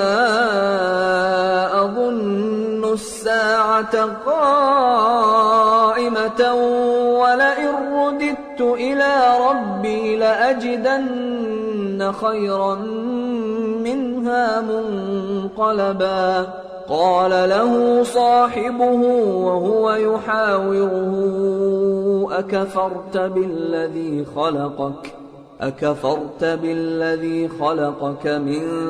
تراب ثم من نطفة ثم سواك رجلا لكن هو الله ربي ولا أشرك بربي أحدا ولولا إذ دخلت جنتك قلت ما شاء الله لا قوة إلا بالله إن ترني أنا أقل منك مالا وولدا فعسى ربي أن يؤتيني خيرا من جنتك ويرسل عليها حسبانا من السماء فتصبح صعيدا زلقا أو يصبح ماؤها غورا فلن تستطيع له طلبا وأحيط بثمره فأصبح يقلب كفيه على ما أنفق فيها وهي خاوية على عروشها ويقول يا ليتني لم أشرك بربي أحدا ولم تكن له فئة ينصرونه من دون الله وما كان منتصرا هنالك الولاية لله الحق هو خير ثوابا وخير عقبا واضرب لهم مثل الحياة الدنيا كماء أنزلناه من السماء فاختلط به نبات الأرض فأصبح هشيما تذروه الرياح وكان الله على كل شيء مقتدرا المال والبنون زينة الحياة الدنيا والباقيات الصالحات خير عند ربك ثوابا وخير أملا ويوم نسير الجبال وترى الأرض بارزة وحشرناهم فلم نغادر منهم أحدا وعرضوا على ربك صفا لقد جئتمونا كما خلقناكم أول مرة بل زعمتم أن لن نجعل لكم موعدا ووضع الكتاب فترى المجرمين مشفقين مما فيه ويقولون يا ويلتنا ما لهذا الكتاب لا يغادر صغيرة ولا كبيرة إلا أحصاها ووجدوا ما عملوا حاضرا ولا يظلم ربك أحدا وإذ قلنا للملائكة اسجدوا لآدم فسجدوا إلا إبليس كان من الجن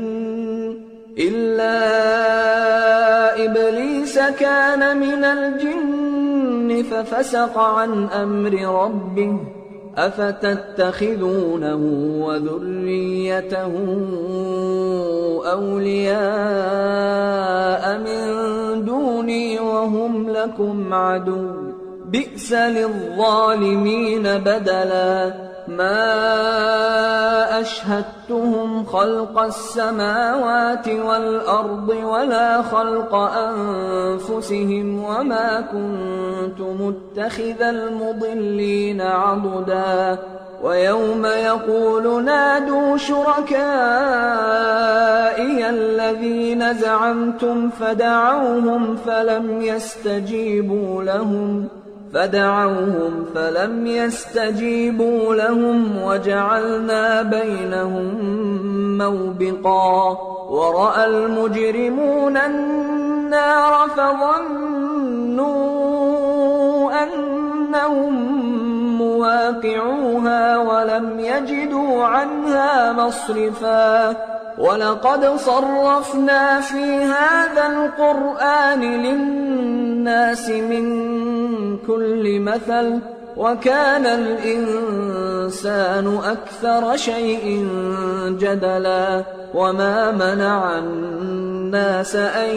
يؤمنوا إذ جاءهم الهدى ويستغفروا ربهم إلا أن تأتيهم سنة الأولين أو يأتيهم العذاب قبلا وما نرسل المرسلين إلا مبشرين ومنذرين ويجادل الذين كفروا بالباطل ليدحضوا به الحق واتخذوا آياتي وما أنذروا هزوا ومن أظلم ممن ذكر بآيات ربه فأعرض عنها ونسي ما قدمت يداه إنا جعلنا على قلوبهم أكنة أن يفقهوه وفي آذانهم وقرا وإن تدعهم إلى الهدى فلن يهتدوا إذا أبدا وربك الغفور ذو الرحمة لو يؤاخذهم بما كسبوا لعجل لهم العذاب بل لهم موعد لن يجدوا من دونه موئلا وتلك القرى أهلكناهم لما ظلموا وجعلنا لمهلكهم موعدا وإذ قال موسى لفتاه لا أبرح حتى أبلغ مجمع البحرين أو أمضي حقبا فلما بلغا مجمع بينهما نسيا حوتهما فاتخذ سبيله في البحر سربا فلما جاوزا قال لفتاه آتنا غداءنا لقد لقينا من سفرنا هذا نصبا قال أرأيت إذ أوينا إلى الصخرة فإني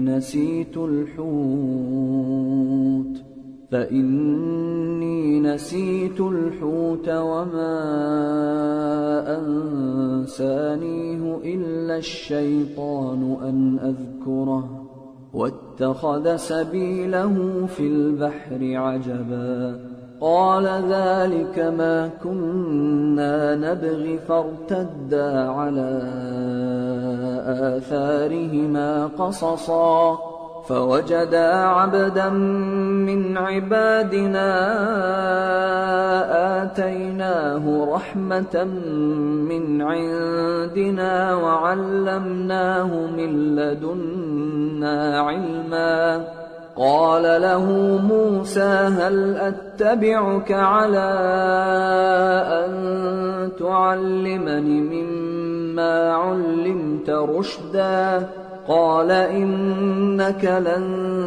تستطيع معي صبرا وكيف تصبر على ما لم تحط به خبرا؟ قال ستجدني إن شاء الله صابرا ولا أعصي لك أمرا. قال فإن اتبعتني فلا تسألني عن شيء حتى أحدث لك منه ذكرا. فانطلقا حتى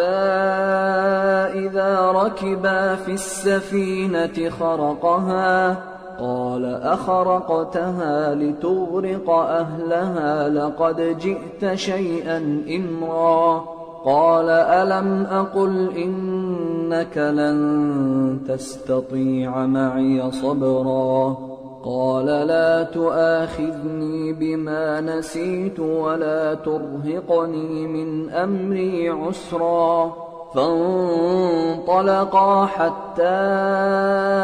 إذا لقيا غلاما فقتله. قال أقتلت نفسا زكية بغير نفس؟ قال أقتلت نفسا زكية بغير نفس لقد جئت شيئا نكرا. قال ألم أقل لك إنك لن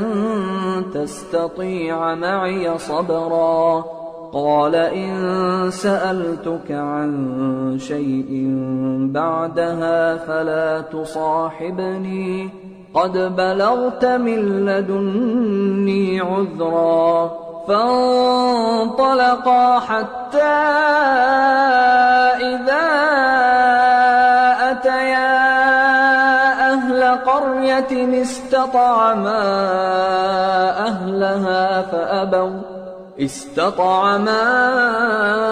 أهلها فأبوا أن يضيفوهما فوجدا فيها جدارا يريد أن ينقض فأقامه. قال لو شئت لاتخذت عليه أجرا. قال هذا فراق بيني وبينك سأنبئك بتأويل ما لم تستطع عليه صبرا. أما السفينة فكانت لمساكين يعملون في البحر فأردت أن أعيبها وكان وراءهم ملك يأخذ كل سفينة غصبا. وأما الغلام فكان أبواه مؤمنين فخشينا أن يرهقهما طغيانا وكفرا. فأردنا أن يبدلهما ربهما خيرا منه زكاة وأقرب رحما. وأما الجدار فكان لغلامين يتيمين في المدينة وكان تحته كنز لهما وكان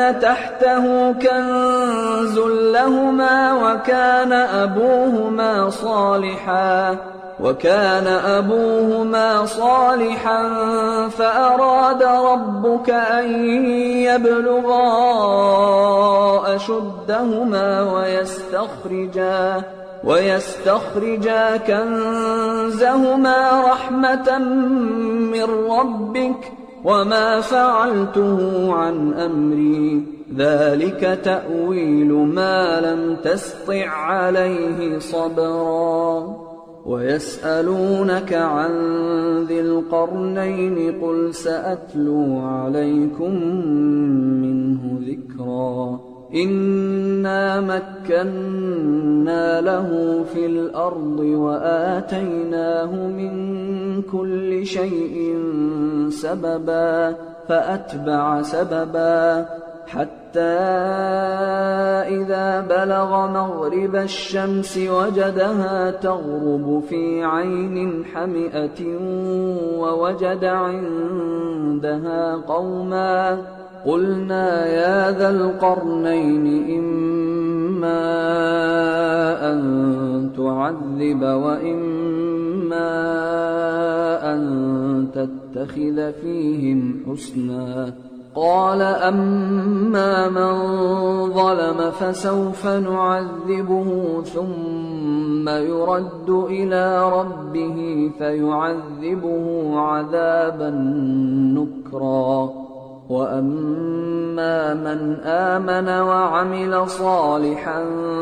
فله جزاء الحسنى وسنقول له من أمرنا يسرا ثم أتبع سببا حتى إذا بلغ مطلع الشمس وجدها تطلع على قوم لم نجعل لهم من دونها سترا كذلك وقد أحطنا بما لديه خبرا ثم أتبع سببا حتى إذا بلغ بين السدين وجد من دونهما قوما لا يكادون يفقهون قولا قالوا يا ذا القرنين إن يأجوج ومأجوج مفسدون في الأرض فهل نجعل لك خرجا على أن تجعل بيننا وبينهم سدا قال ما مكني فيه ربي خير فأعينوني بقوة أجعل بينكم وبينهم ردما آتوني زبر الحديد حتى إذا ساوى بين الصدفين قال انفخوا حتى إذا جعله نارا قال آتوني أفرغ عليه قطرا فما استطاعوا أن يظهروه وما استطاعوا له نقبا قال هذا رحمة من ربي فإذا جاء وعد ربي جعله دكا وكان وعد ربي حقا وتركنا بعضهم يومئذ يموج في بعض ونفخ في الصور فجمعناهم جمعا وعرضنا جهنم يومئذ للكافرين عرضا الذين كانت أعينهم في غطاء عن ذكري وكانوا لا يستطيعون سمعا أفحسب الذين كفروا أن يتخذوا عبادي من دوني أولياء إنا أعتدنا جهنم للكافرين نزلا قل هل ننبئكم بالأخسرين أعمالا الذين ضل سعيهم في الحياة الدنيا وهم يحسبون أنهم يحسنون صنعا أولئك الذين كفروا بآيات ربهم ولقائه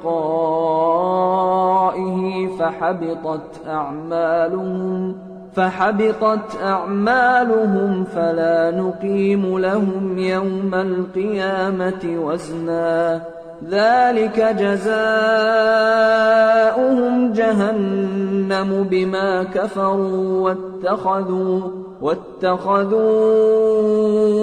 آياتي ورسلي هزوا إن الذين آمنوا وعملوا الصالحات كانت لهم جنات الفردوس نزلا خالدين فيها لا يبغون عنها حولا قل لو كان البحر مدادا لكلمات ربي لنفد البحر قبل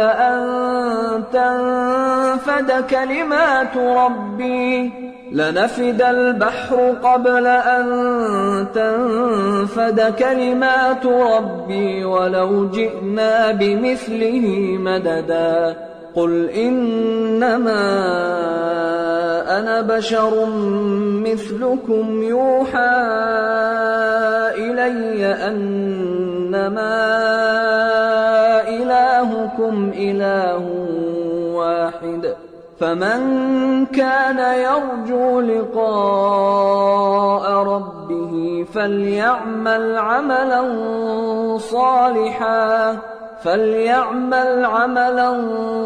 صالحا